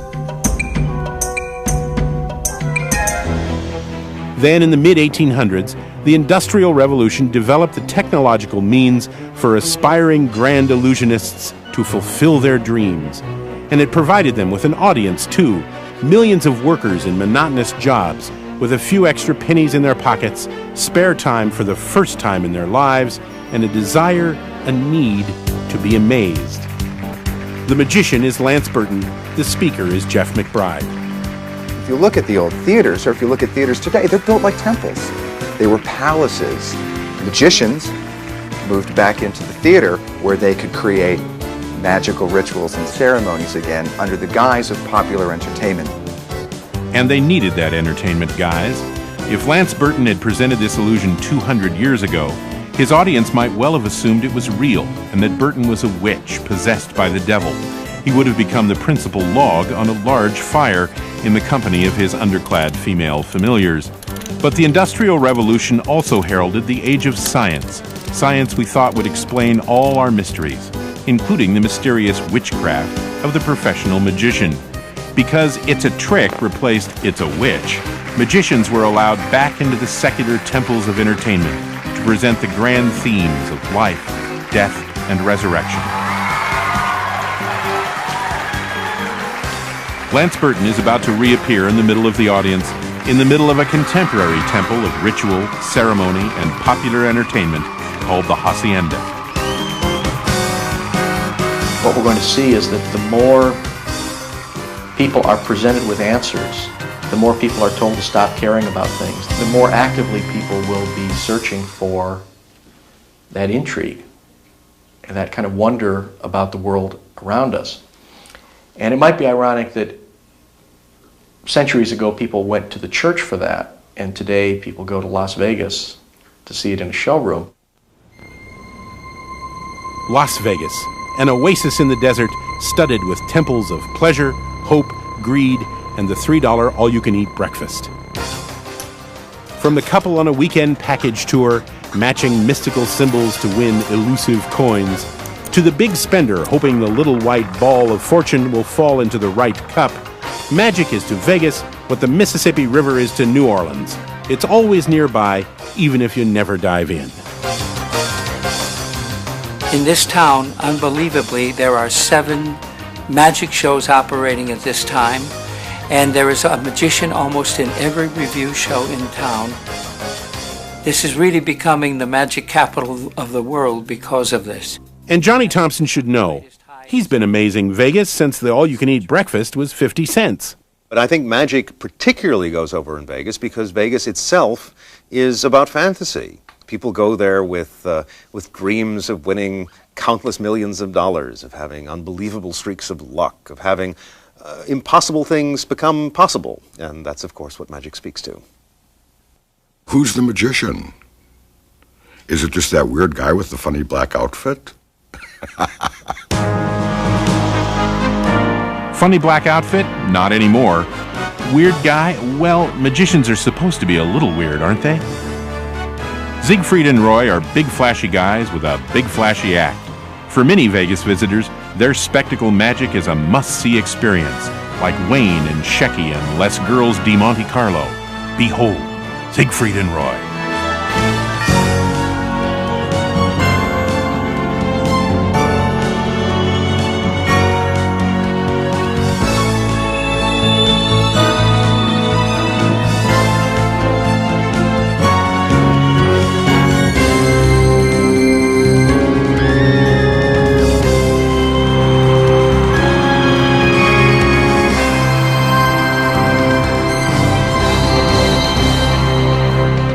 For both tourists and conjuring fans, the other Las Vegas illusionist to watch is Lance Burton, an erstwhile Kentucky farm boy who's been practicing magic since he was 5 years old.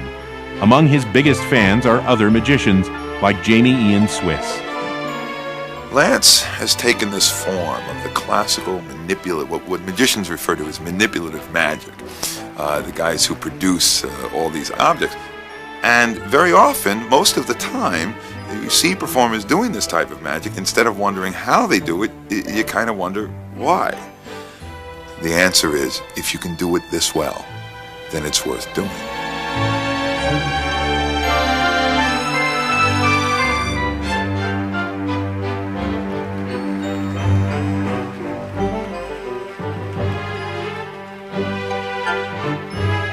Lance Burton's big show starts with Small Feats of Wonder, a tribute to the legendary magicians who are his heroes. So he spews cards and cigarettes like Cardini and produces doves like birdmasters Channing Pollock and Johnny Thompson, who sees Burton not as another magician, but as the next magician. There was a lineage in magic. Keller, at the turn of the century, was the leading magician in this country. And he passed his mantle of magic to a man named Howard Thurston. Dante received the mantle of magic from Thurston. Dante passed the mantle of magic onto a man named Lee Grable. And just recently, Lee Grable passed the mantle on to Lance Burton. With the birds back in their cages, Lance Burton starts the big illusions Vegas visitors expect. But his presentations are still classical. In this case, the backstage illusion, first popularized in the 1930s by Dante, where the magician plays the whole effect back to front so the audience can see how it's really done, or so they think.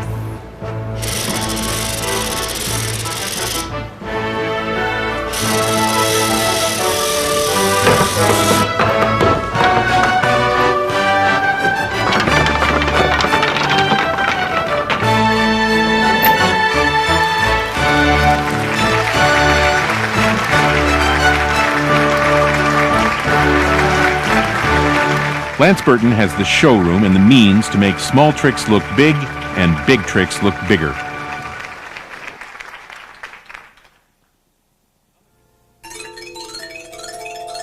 Other magicians in other rooms use various techniques to make the relatively simple seem much bigger. Like Jeff McBride's water bowl illusion. Water returning mysteriously to an empty vessel could probably be performed with jam jars in a kitchen, but then it wouldn't be magic. The difference isn't location, it's showmanship.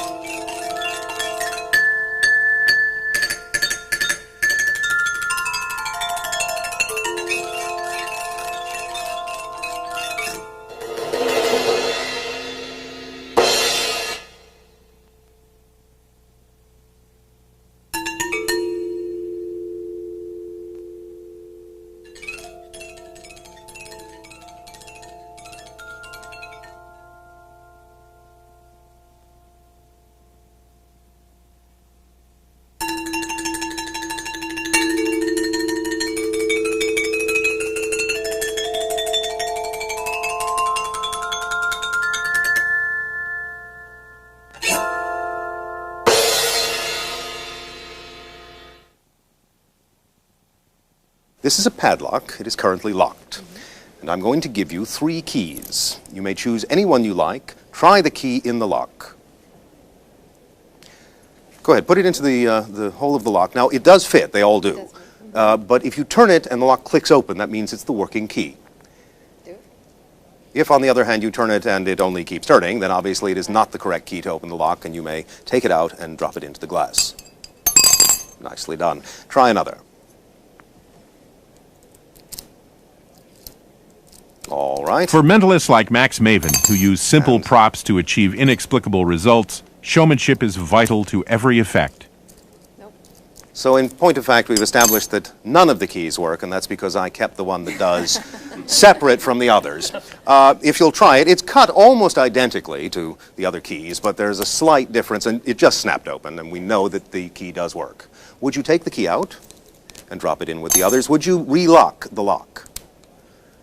Thanks. Would you take the glass and swirl it around so that we mix the keys, so that you do not know which is the key that opens the lock? Fair enough? Fair enough. You don't. Take your seat. 4 keys, only one of which works. Now, if these people were given the opportunity to compare the keys, analyze and examine them, they might be able to figure out which is the one cut differently. They don't get that chance. Instead, I'll ask you, please, to take 1 key. Any one. Would you take one of the remaining keys? And would you take one of the remaining keys?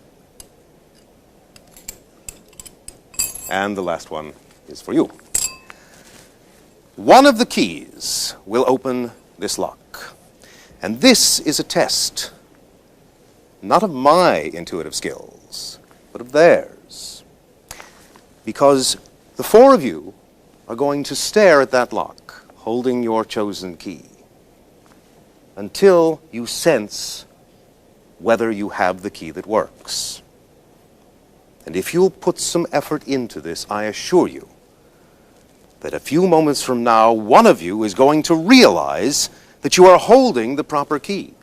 And at that moment, do not hesitate. Stand up and walk over to the lock. Don't look at me. Look at the lock. Trust your intuitive abilities.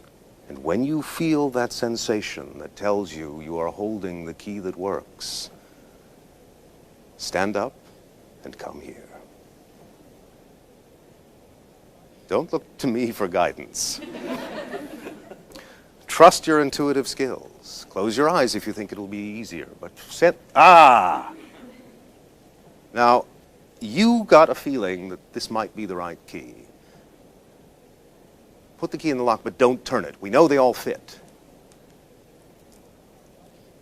In a moment, I'll ask you to turn it, and if it simply turns round, well, so much for your intuitive skills. On the other hand, if there's that reassuring click and the lock opens up, then you've done it.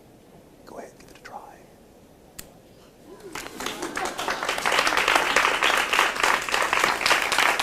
Besides showmanship, the ancient skill of storytelling can always make a good effect better.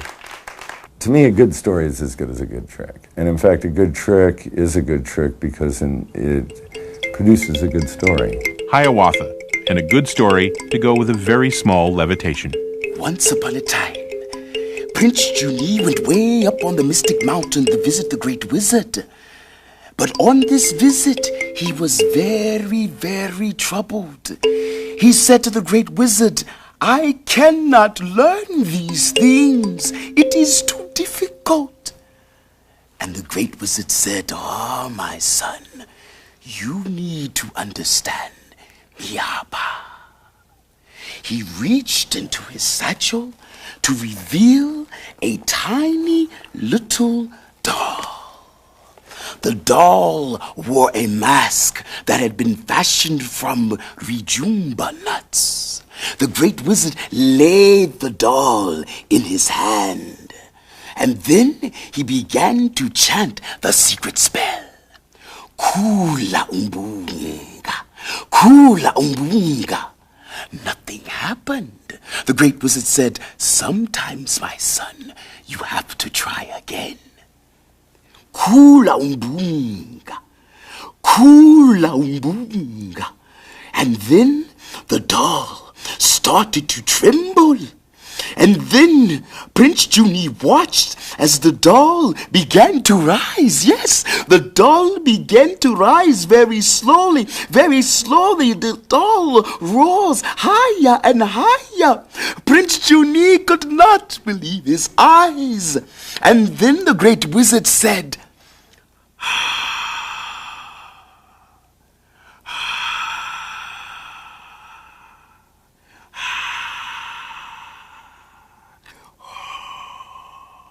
and the doll laid down. Prince Juni was so inspired that from that day on, he knew how to fly. Good stories and showmanship are essential to turning little mysteries into bigger illusions. But to get really big, magic uses technology. And as in most professions, technology takes some getting used to. Harry Blackstone, seen here in 1952, was a legendary showman. But he seems daunted by the big apparatus, not a magician anymore, but just the weird man in the black suit, buzzsawing his screaming assistant.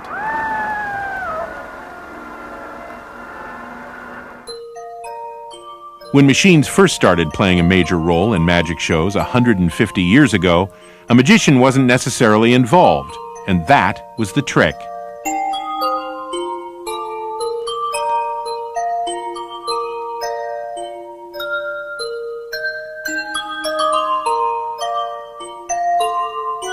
These are automatons, mechanical figures, and in an age of industrial scientific revolution, they were extremely popular.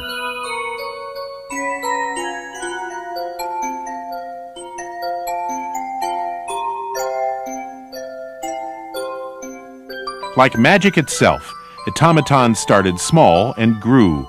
Eventually they were life-size and performed feats so remarkable, many people thought a magician was indeed involved, either inside or nearby.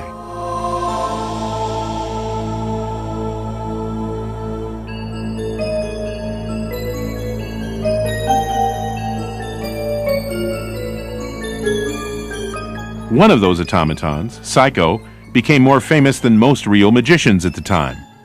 This was a model Hindu large doll which stood on top of a glass tube, completely separated and isolated from the stage. And this doll would play cards with members of the audience, usually whist, and funnily enough, often won as well. The Psycho that I have is from Harry Keller, American magician, who had it made in England. Psycho, given to Houdini by Keller, is now owned by illusion designer John Gone. Before its presentation, Mr. Keller would invite people out of the audience to help him come up and actually put the piece together. And this was very strong because there's to prove there's no wires, electricity, or somebody that you don't see working the figure. The original Psycho was created in 1875 by one of the most important people in magical history, a former watchmaker from Cheltenham, England. John Nevel Maskelyne founded the prestigious Magic Circle and a conjuring dynasty, and himself performed until his death at 88. For 29 of those years, at a legendary venue for all magicians, Egyptian Hall, London. John Nevel Maskelyne's arrival at the Egyptian Hall was very well timed because magic was just becoming more popular and was becoming recognized as a proper entertainment. Besides creating Psycho and practical machines like a cash register and a pay toilet lock, John Nevel Maskelyne also refined this for his top-hatted colleagues, the levitation, one of magic's most enduring illusions.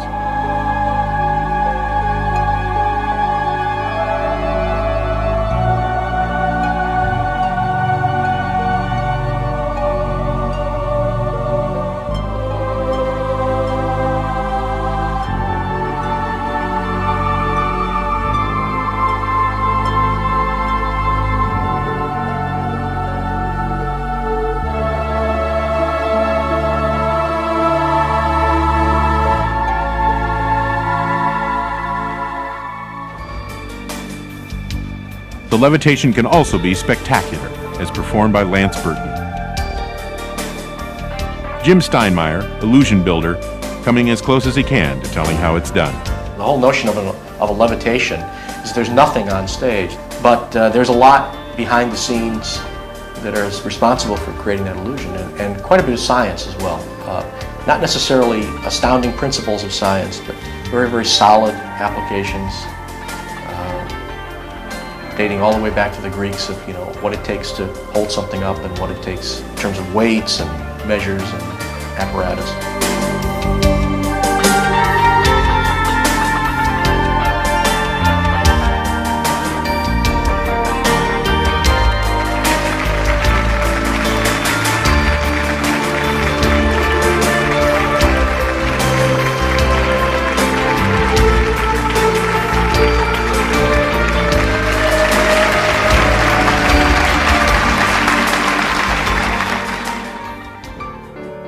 Another 19th century European had an even greater effect than Maskelyne on magical performance. Jean-Eugène Robert Houdin, the father of modern magic. He was also a watchmaker, a tinkerer, and an innovator par excellence. Robert Houdin said, we're going to make this a little hipper and slicker and kind of, this is 1848, man. This is not the old days anymore. We have technology. We got to slick this up. We got to pick up the pace. Everyone in those days was wearing long flowing robes and conical hats with stars and half moons on them and very mystical looking. Indeed, throughout the 19th century, many magicians of all races and nationalities felt compelled to present themselves as wizards, often Oriental wizards who covered their stages with real Asian objects. Sometimes they didn't understand these objects, which is why the conjurer Okito, real name Theodore Bamberg, once proudly unveiled a beautiful Chinese scroll that said, "Please do not urinate in the alley." Robert Houdin changed much of that. He went into normal evening dress, which the amazing thing is most magicians are still working in a full dress suit to this day, although in his time it was common wear. Robert Houdin used the cutting-edge technology of his day as part and parcel of his magic show. Now, he also used exquisite sleight of hand and every conceivable conjuring skill, but he used automatic apparatus and watchmaking skills. He used ether as a concept, a theme in presenting one of his illusions. He used electricity to a great extent and experimented with it a great deal at a time when his audience knew not the first thing about it. And Arthur C. Clarke said that any sufficiently advanced technology will appear as magic. And indeed, Robert Houdin could not be a better example. He used advanced technology before an audience that mistook it for magic. Robert Houdin never toured outside Europe, but anyone anywhere who's been to a magic show has probably seen his work and most certainly his influence, from magicians in evening dress to the many illusions he created or refined, like the aerial suspension. This is a neon version of that, created and performed by the Pendragons.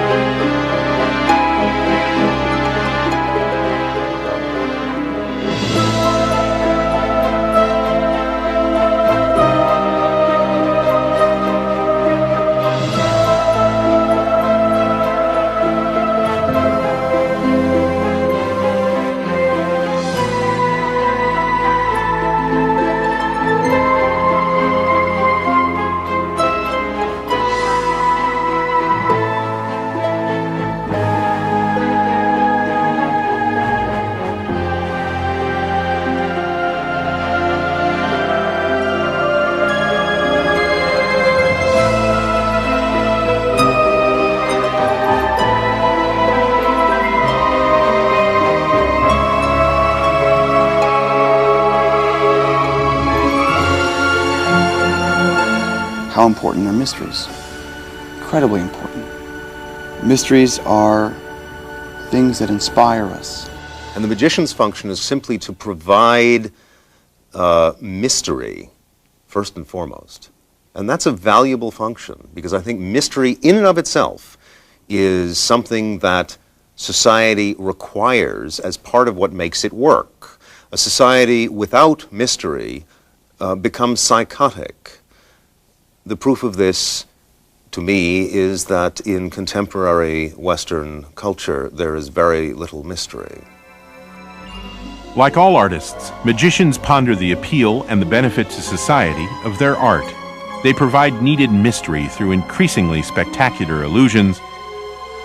But now their illusionary colleagues can levitate football stadium-sized spaceships where no man has gone before, not just a few feet off the stage. Yet magic still fascinates. Why? It's about power. The power over the broken, the power over death. And I think that these messages are still subliminally there. And that's how we can account for the enduring appeal of magic to people. A good magician doesn't say, I'm a magician and you're not. A good magician says, I'm a magician and so are you. Before the dawn of time, there was real magic. And the magician reawakens that wonder, that enchantment in us. Wonder reawakened, enchantment reborn, here demonstrated in Peter Samelson's Snow. You know, when I was a child, I used to go exploring through the house, and I'd always end up here in my father's study, filled with the mementos and souvenirs of a lifetime of travel. I'd play in here for hours. But out of all the wondrous items that were in this room, there was one thing that always caught my eye.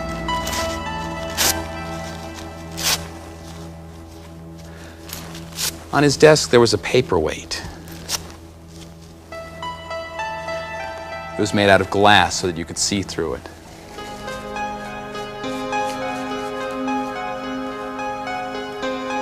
And it was filled with water.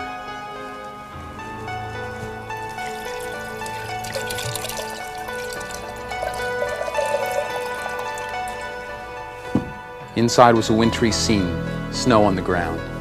And when you shook it up, there was a blizzard, a snowstorm. I always wanted to get inside.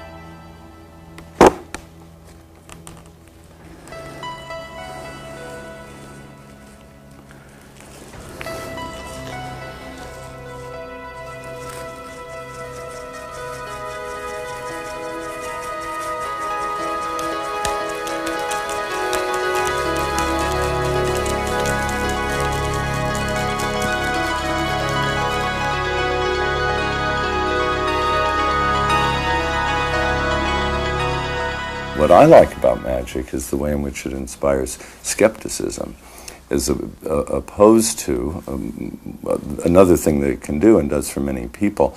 Oh my gosh, I saw that guy pick a card out of a deck that I thought of. He must have some power over my mind. I think I'll be his slave. That's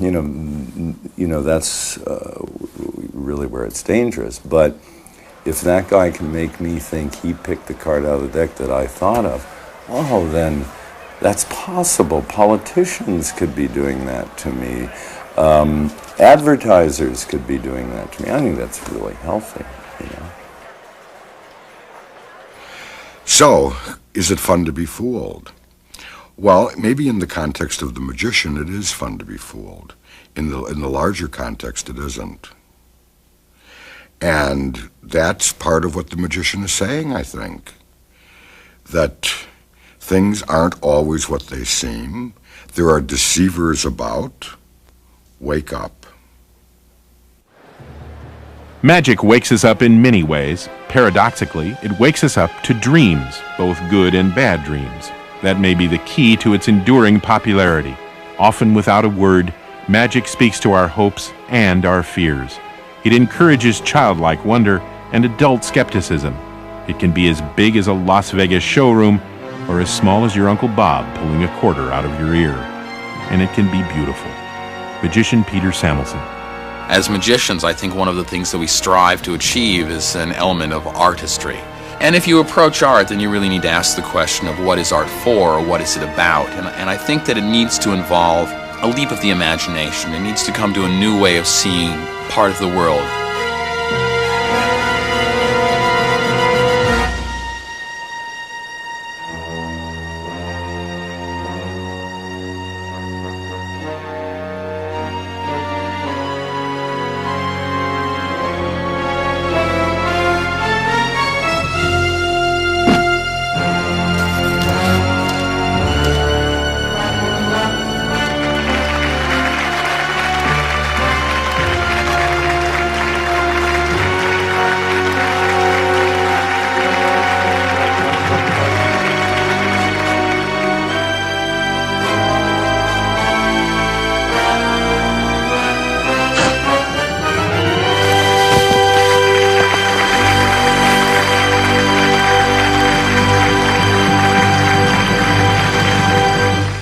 If you look at the major religions, or some major religions around the world, there are these themes of life, death, and resurrection. And of course, this is going to be mirrored in the pageantry of the magic show, which is a relatively safe space for ordinary people to witness kind of a cosmic pageantry, a retelling of this great myth. It provokes you and stimulates you in another way to think about your life, who you are, what's of concern to you.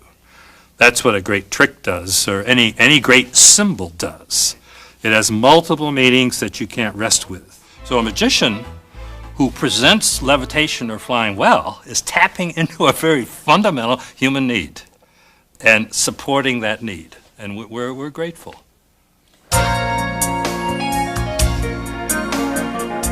Since the earliest times, magic tricks have evolved, especially the grand illusions. The technology has improved, but times and tastes have changed too. Lance Burton is doing a double levitation here, rising skyward, lying under a beautiful young woman. If Robert Houdin had tried that, even with Madame Robert Houdin up top, his 19th century audiences would have rioted. But then they'd never been to Vegas. Jess McBride. Levitation deals with the ancient desire of the human condition to transcend the material world and to evolve towards the spiritual world. That's the nature of life. But sometimes it's just fun to watch.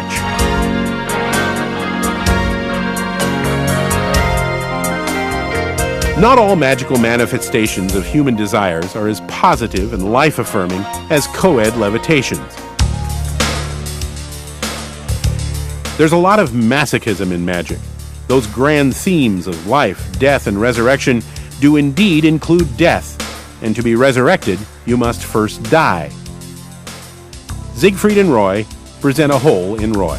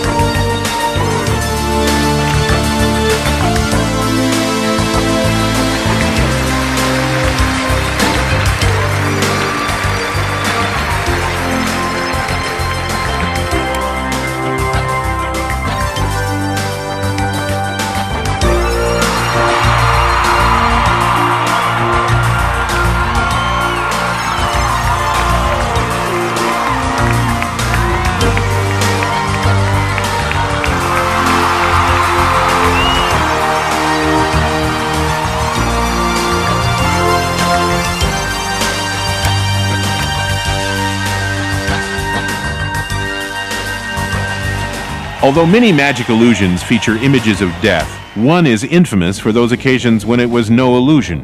The bullet catch is just that. The magician catches a fired bullet. But at least a dozen times in the past 100 years, something has gone wrong. There was one magician, for example, who used to have the spectator who was loading this muzzle loading business. He would give him the magic wand to stuff the wadding down in there and get it all ready. And a piece of the magic wand actually broke off in the barrel, and the spectator didn't tell him about it and fired a piece of the wand through the magician's head, which smartened him up a lot and also killed him. The most famous victim of the bullet truly caught was Chung-Ling Soo, actually an ex-metalworker named William Robinson, who had also worked as Nan Sahib, Ahmed Ben Ali, Abdul Khan, Hap Sing Lu, and Robinson, man of mystery. But he achieved fame as Chung-Ling Soo, and even greater fame when he was shot to death in 1918 on stage in London. No wonder the bullet catch made magicians nervous back then. Keller told Houdini, "Don't do it. and Houdini never did, and it still scares the few who perform it, like Jonathan and Charlotte Pendragon. That is a very dangerous trick. I mean, it could kill Jonathan.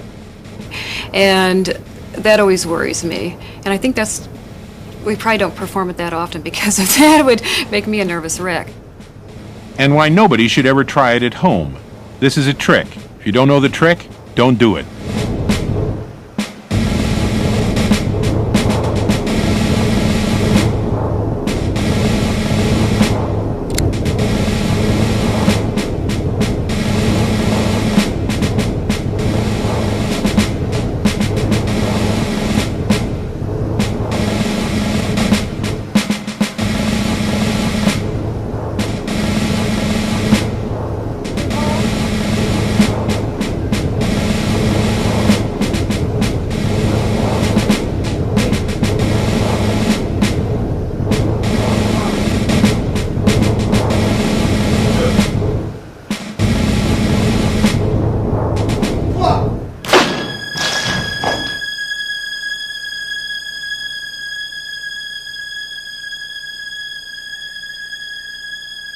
When the Pendragons do the bullet catch, Jonathan, not Charlotte, does the catching. But in many magic acts, the magician is the inflictor, not the inflictee. It would seem that in contemporary magic, most of the suffering is done by the assistants. These days, you find strange performances where people are torn apart or skewered, and in other ways, horrible things are done, and it's all done with lots of smiles and dancing and fishnet. In other words, smiling, dancing, fishnetted women. The presence and absence of women in magic isn't solely a gender issue. It reveals a lot about the nature of performance magic itself and the nature of the audience. One reason there are so few women in magic is that magic is a display of power. And within this culture, that is something that traditionally has not been acceptable for women. And so for decades, most women have been powerless assistants on the magical stage, referred to in the trade as box jumpers or tray girls. I called them props when I first saw them. I mean, it was incredible. The magician would do something and stand in front of her and take his bow, and they would never acknowledge them.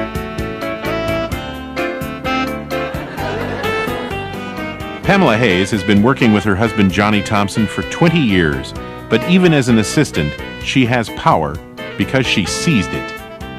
When I met John and married him, I said, now listen, I'm an actress, I have my own life, and I'm not going to carry your stupid birds on and off the stage.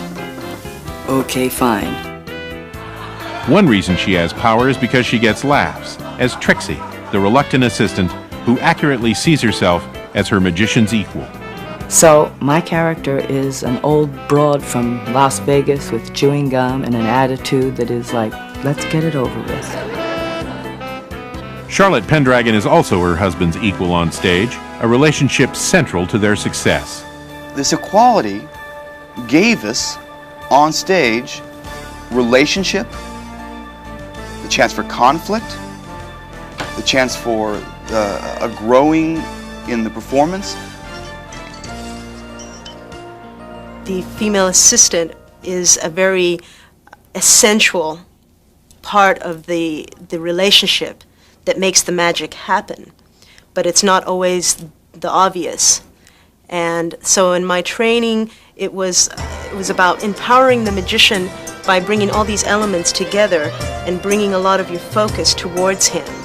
Working with Jeff McBride, Luna, daughter of famed magician Shimada, performs some traditional assistant duties. Here she's the levitatee, for instance, but she can do and does far more. I'm at a point of my life where I can join forces with other magicians, and working together with Luna helps me express a certain part of myself and also a relationship that I could never express before. A very powerful woman magician and a very powerful male magician working together.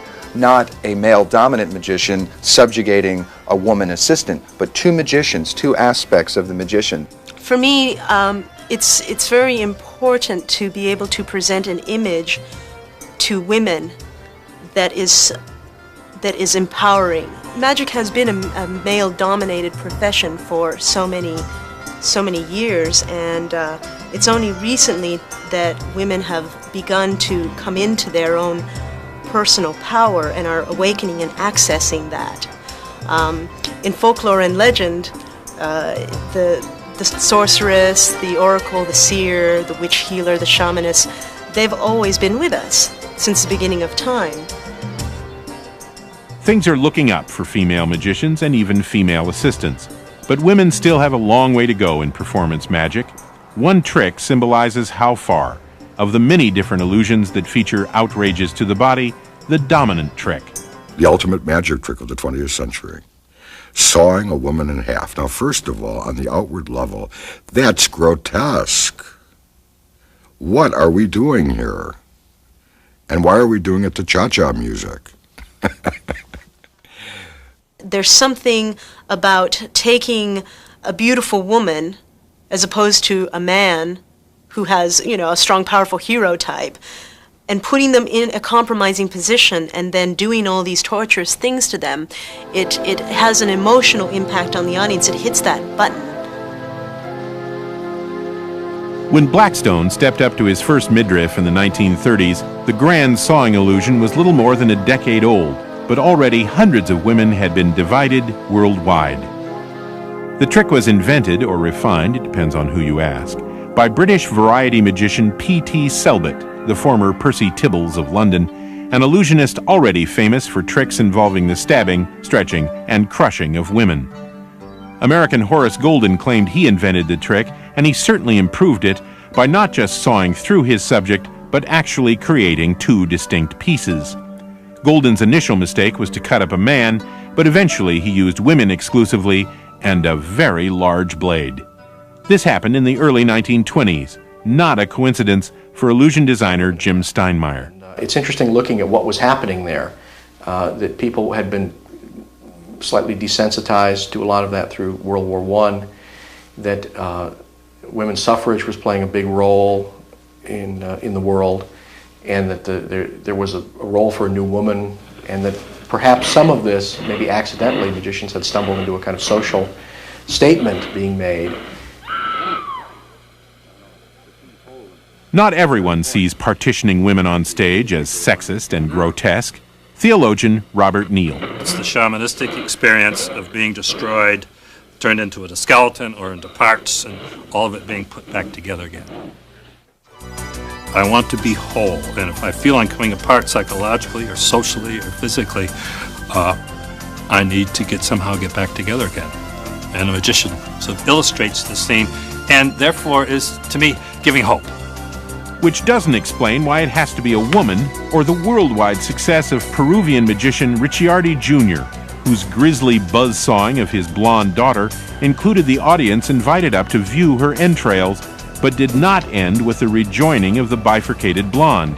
Sometimes Ricciardi just walked off stage. "It's a trick," someone said to him once.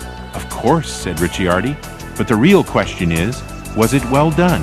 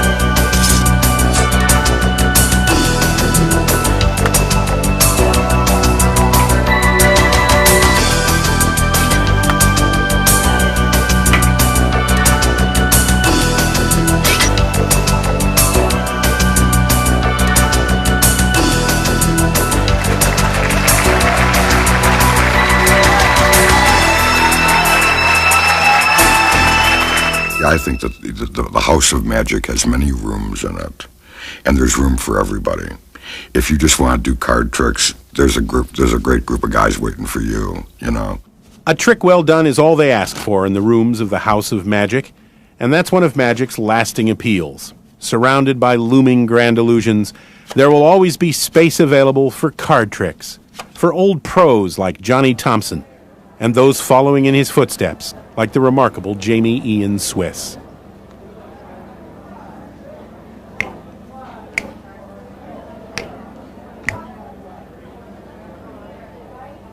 There will be room in the House of Magic for the mentalists, like Max Maven, confounding their audiences with knowledge, not props. See, I maintain it is not a difficult task to manipulate the psychological processes of the adult human mind, and to prove this, we'll try something all together, and we'll see how many of you I connect with this evening. So if you would, please extend your right hand, everyone. If you're confused, that's the one on this side. Good. Extend your right thumb. Extend your right forefinger. Excellent. Make a circle of the thumb and forefinger, and touch it to your chin. No, that's your cheek. And there will be room for the innovators, like Hiawatha, making ancient skills unique through quiet showmanship.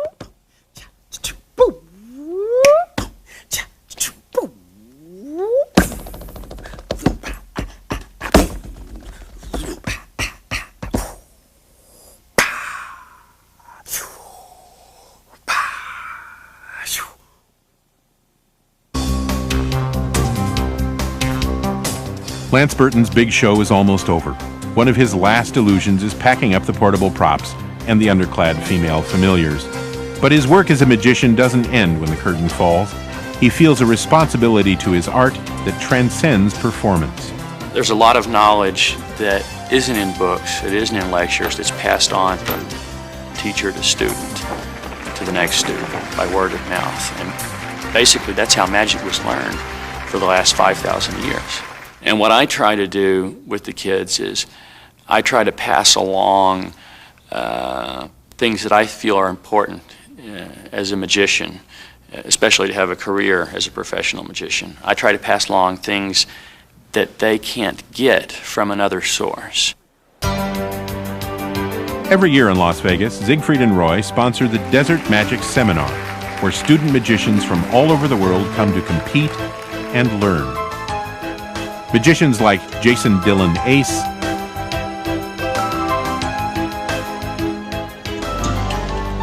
Ashley Springer,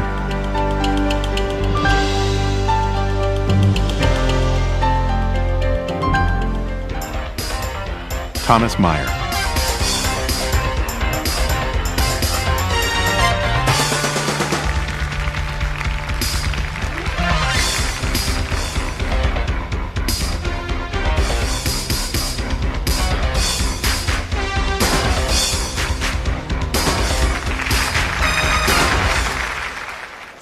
Have a seat. Lance Burton hosts a luncheon during the seminar, putting the young hopefuls together with the old sleight of hand. They can read magic books and find secrets to tricks and learn moves, you know, how to make the card disappear. They can learn all that from other sources. But what I try and give them is insight that I've gained through experience or that was passed on to me by another professional magician. Other professional magicians like Channing Pollock and Johnny Thompson, once heroes, then teachers, and now friends. No, wait, I have to tell you the rabbit act. This is why you don't do rabbit acts. I had a beautiful $500 set of tails made, and I was working the Playboy Club, so I said, this is perfect. I'm going to do rabbits. So I rehearsed this act, and then I bought this beautiful set of tails. And the first time I tried the act, you know, birds defecate and urinate all in one shot, but rabbits don't. Oh, and tell us all about that. Yes. The first time out, they all did a number on me and ruined the $500 set of tails. And this is back in the 60s when $500 for tails was a lot of money. So then I tried Pampers. I put costumes on them because of the Playboy. I put little bow ties and jackets. But they leaked. That's why I went back to birds. I remember one time when I was first really hanging out with Johnny Thompson. I went over to his house one day, and John helped me, and we worked on some things I was doing with doves, and just spent an afternoon with him. And then I packed all my stuff up, and I was putting it back in my car, and I was like, I felt guilty that I had taken his whole afternoon, and he had given me all these gifts of knowledge, and I was like, I felt like, John, you've done all this for me, and I don't know what to say, what to do. And he just said, you do the same for somebody else one day. And that's how it is. And that's how it is. Lance Burton has his own theater in Las Vegas now, a $27 million Egyptian hall for the next millennium, in honor of the grand illusion and the simple trick. As Eugene Berger says, there are many rooms in the House of Magic. There's the illusion room, and then there's this weird little room in the basement that some of us like to go to. And this is the room that asks, what does this all mean? What does this all mean? The first, last, uniquely human question. Is theatrical magic just a momentary diversion, or is it a glimpse into a fantastical world of dreams and nightmares, possibilities and promises? Welcome to my magic show. From every kid doing his first show, to the master conjurers, present and past, what makes magic magic is that all the answers are yes.